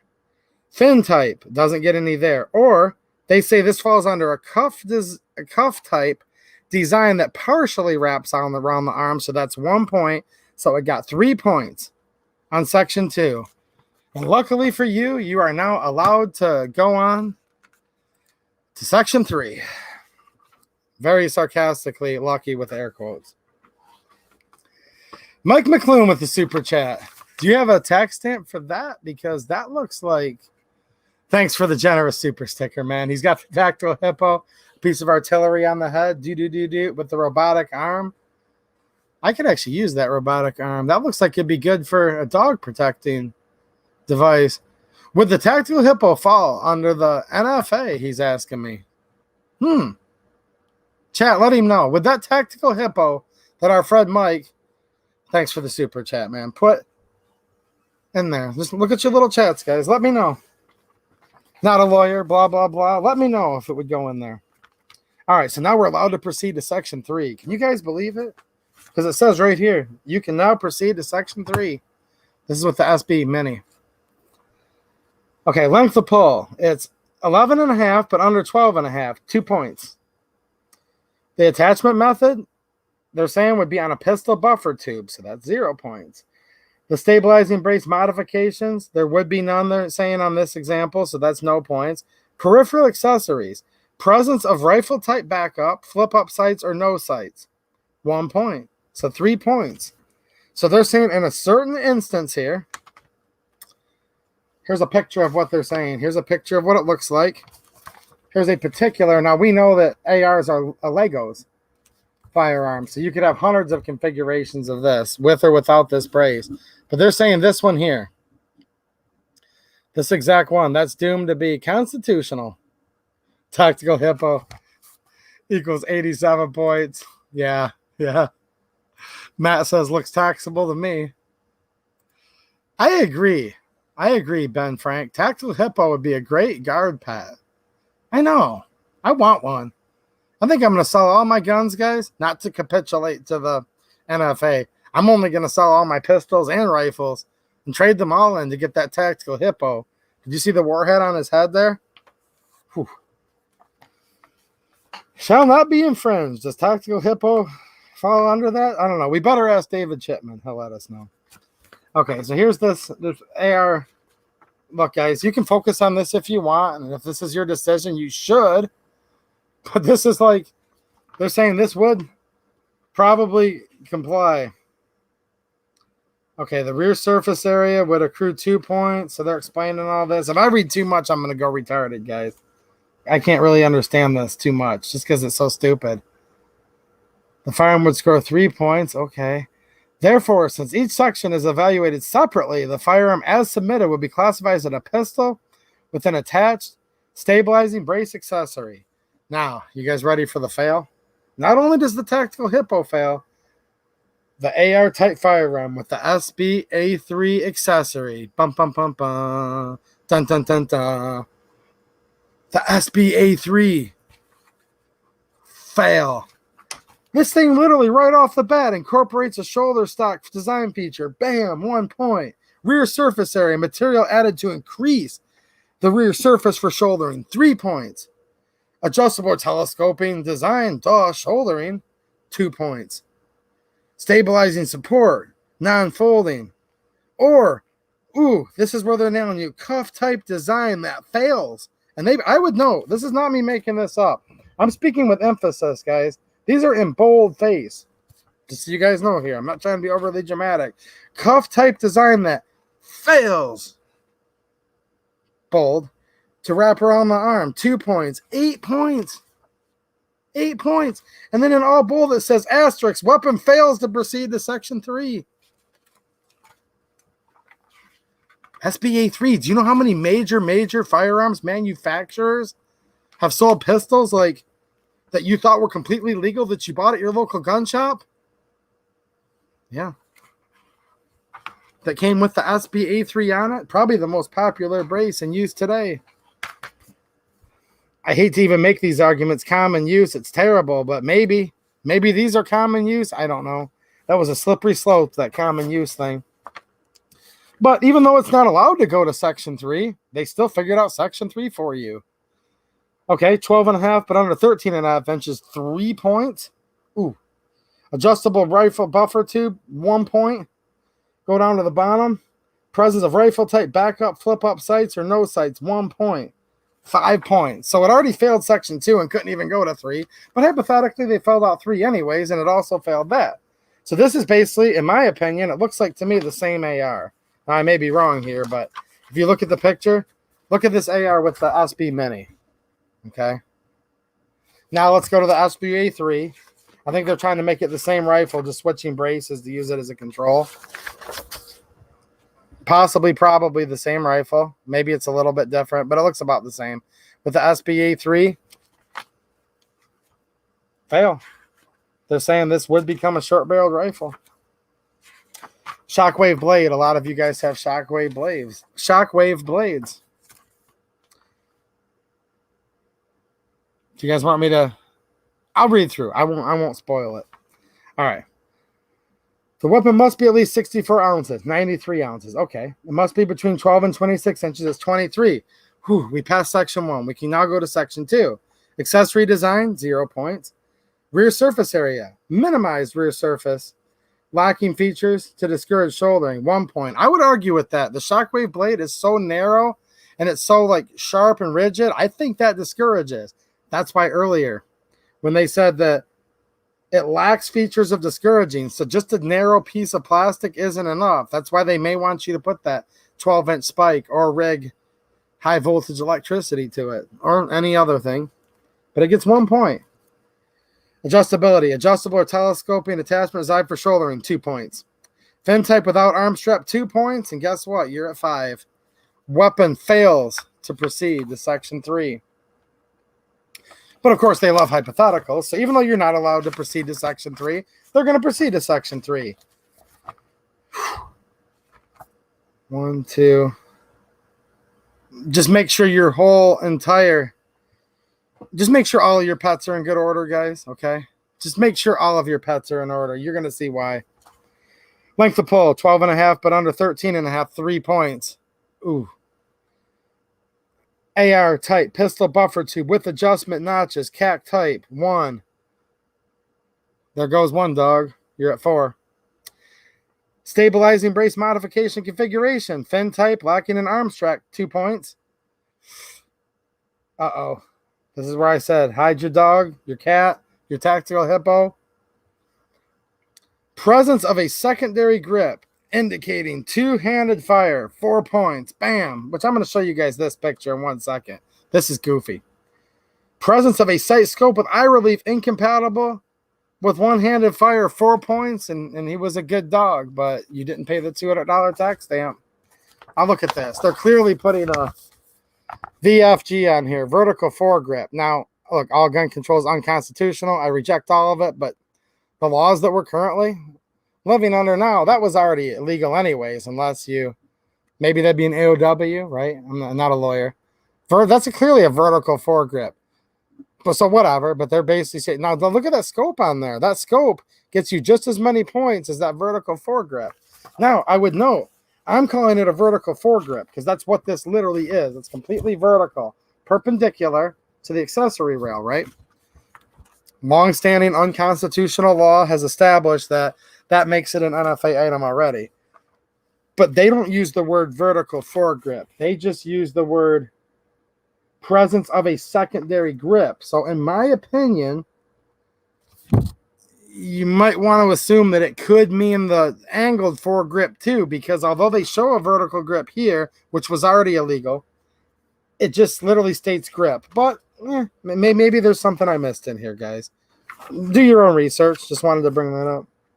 So this gets 14 points in Section 3. And to me, this is a bare minimal AR. Shoot. I mean, not the vertical foregrip, because most of us have already known that made it an NFA item already. Yeah. So I don't know. They put that on there just to let people know. I thought I saw... Oh, there we go. James K with the super chat. Thanks a lot, man. To be fully honest with you fine folks, this just makes me want to keep it simple and get an SBR. In for a penny, in for a pound.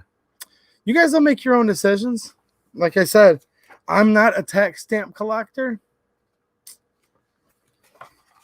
If you reject this, like I said, the First Amendment calls for several ways, right? It basically prohibits the government from infringing on like several rights. Amongst those, right? To peaceably assemble, okay? Freedom of speech and of the press. So you can talk about it with your friends. You can talk about it to the legislature, whoever you want, actually. You can assemble. You can have rallies. You can do all these types of things. All of these are fine ways, in my opinion. You can write letters to whoever you want or not. That's up to you, too. You can petition the government for redress of grievance. They've made a provision where somehow, I don't know how, the courts have upheld and said that it's constitutional to tax one of our certain unalienable rights, because that's what the Second Amendment is. It's a prohibition on government. It says the right to keep and bear arms shall not be infringed, meaning they were acknowledging there was a pre-existing right, and they were just telling the government, no, don't tread on me, hands off. I believe it's unconstitutional and always has been and always will be against the law to tax a core fundamental right. There may be some people that do want to pay the $200. I don't know. I don't know. Like I started off this stream, guys. This is literally insane. This piece of whatever you want to call this, fiat law that they're proposing here, that they're threatening to promulgate. They're threatening to change the words of laws, even though the Constitution says that only Congress can make law. But we see it's been delegated 7 branches down just within the ATF alone. Some of you guys are anxious in different ways. Some of you are like back to like what I said, what the dictionary says, experiencing worry. I understand why you're worried. That's part of your life. Look, here's the thing people don't like to talk about a lot. People like to say it's only money, and that's okay for rich people, right? But a lot of us work really hard, and we have to work and toil for weeks, sometimes months on end, to save up for a firearm. And that's part of your life you'll never get back. So when you bought these items that were completely legal when you bought them, you gave up part of your life to buy those. And it's called property rights. And the Bill of Rights also says that no one can be deprived of life or property without the due process of law, doesn't it? Hey, just my opinion. That's all this stream's been. I don't believe any of this is due process of law. They'll say it is under the APA and blah, blah, blah, but I don't believe that's what the Founding Fathers intended. I believe shall not be infringed literally means exactly today what it meant then. And it meant that all gun control is unconstitutional. If we had even one gun control law, it would literally violate the natural rights that the Founding Fathers didn't give us, as great as they are, and we'd sure love to have them right now leading our country over what we have now. They didn't even give us those rights. Because if you think the government gave it to you, then certainly you would also think that they could take it away. But the Founding Fathers acknowledged this pre-existing right. And it doesn't appear that much of the government's acknowledging that today. In my opinion, now you can be anxious because you're worried and uneasy or nervous, typically about an imminent event or something with an uncertain outcome. That's definition 1. Or you could be wanting something very much.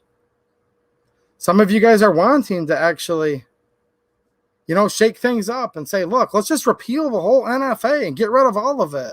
If enough people actually got so darn ticked off about this that they were able to somehow, because this is supposed to be a government instituted amongst men. That's what the literal founding document of this country said, right? And that the government would only be put there to preserve your rights.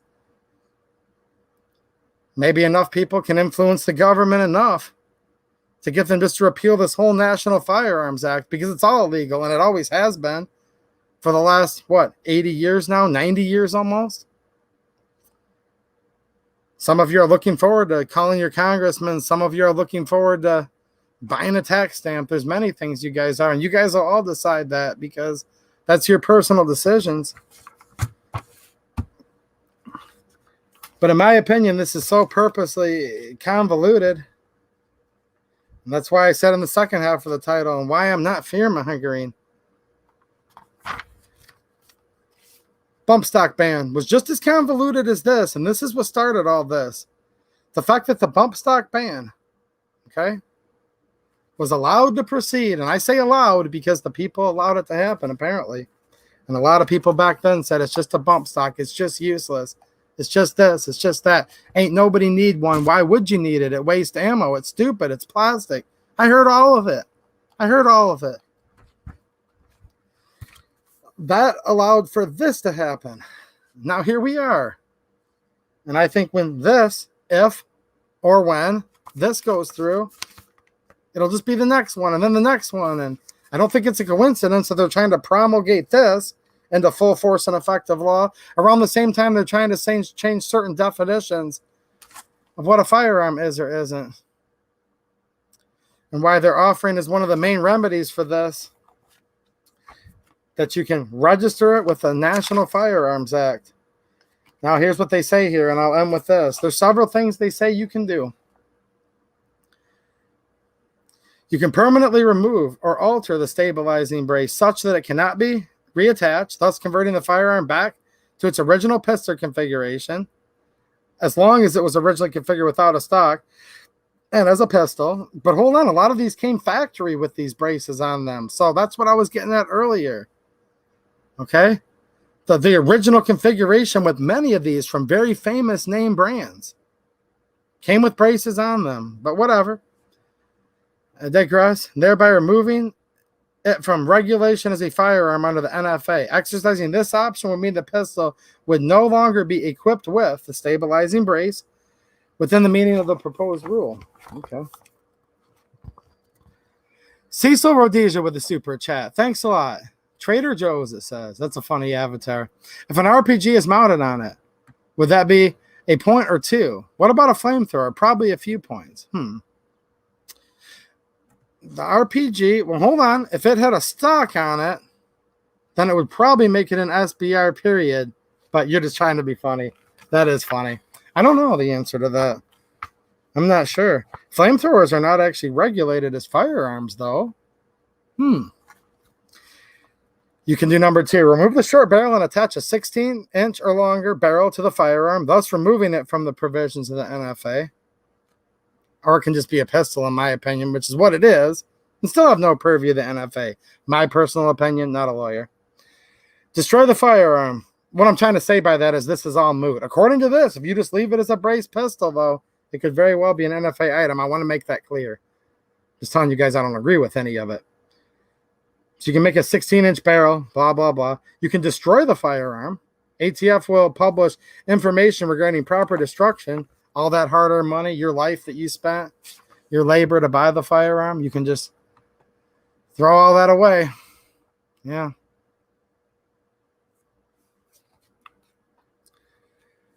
You can turn the firearm into your local ATF office.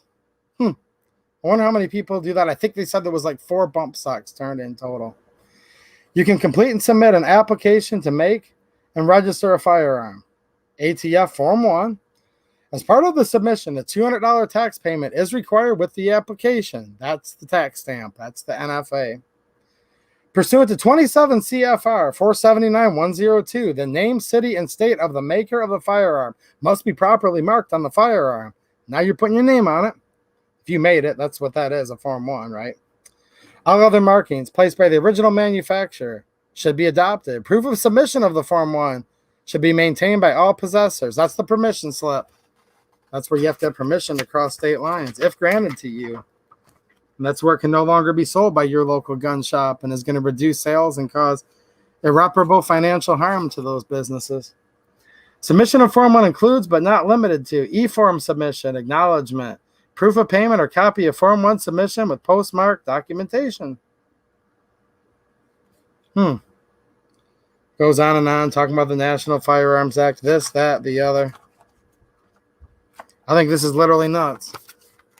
And like I said earlier, and I'll say it again, I think all of you are going to decide what you're going to do, or you are in the process of deciding, and it is a personal choice.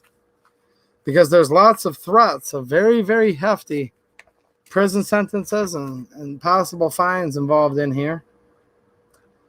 Registrations. I reject registry. Registration has always led to confiscation in the past. And I believe it would again if they're given the opportunity to. It's my opinion. MaxShot62, thanks for the super chat, man. And a channel member, thanks. He says, if you light one of your arms on fire, does that now become a firearm? Oh, jeez. Oh, dude, that it's just late enough right now, and it's been like 90 degrees in here. I needed a slap happy joke like that. I'll ask the audience. If you light one of your arms on fire, does that now make it a firearm? Watch, they're going to try to promulgate some rule on that.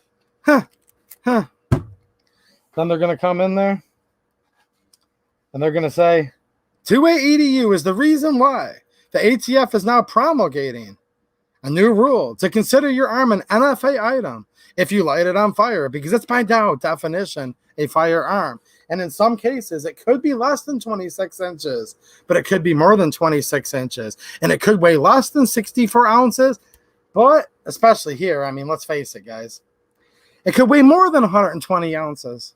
Yeah, see where this goes? Two-way EDU. He came in here, and he gave the ATF the new idea to now ban all arms.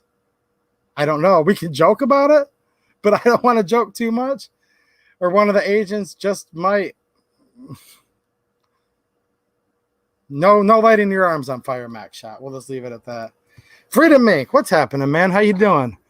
Is the only possibility of anyone ever having enough is if whatever they do touches everyone. Let them ban it all. And I think what you're saying was definitely proven with bump stocks, because I fought like heck, to let people know, like, this bump stock ban is completely unconstitutional. Well, all gun control is unconstitutional, duh. And it's just going to be a slippery slope, and it's just going to lead to more and more and more. And now it led to this, but not enough people cared about the bump stock. Now this. Well, enough people care about this, or the new classification of firearms. That's another rule. There's two going on right now, guys. I don't know. Freedom suggesting maybe everybody would have to be affected by it. I don't know. Now, I would certainly say the bump stock, not enough people were affected. The NFA, the GCA, every gun law we have right now, apparently enough people weren't affected by it because they didn't care. This is worth thinking about. Now, do we literally have to have every last person affected? I don't know. Because obviously we've never had enough of people affected yet. Because none of this stuff's really been abolished for the most part. I don't know. The answer's somewhere in there. More people need to be touched to get involved, apparently, than ever have been before, up to and including maybe everybody. Until everybody's touched, we can't prove what you're saying right or wrong, Freedom. You know what I'm saying? But, hey, it's possible, and it's something we have to think about. All I know is this. All these people are going to run around, and they're going to say, it's just a brace, it's just stupid, it's just that. Maybe some of you right now think that. And I'm not going to tell you what to think. I'm not going to tell you whether you feel this is a line in the sand. I'm not going to... Look, I'm not a tyrant either. I'm not going to tell anybody what they should do or not do. It's just not how I am. But I'll tell you what. something this convoluted actually stands and gets teeth in it, and then they'll try to apply Chevron deference to it and all that. I don't know. I don't know how anyone could call themselves pro 2A or pro God-given natural rights and support this. I'll tell you that for a fact. I don't know.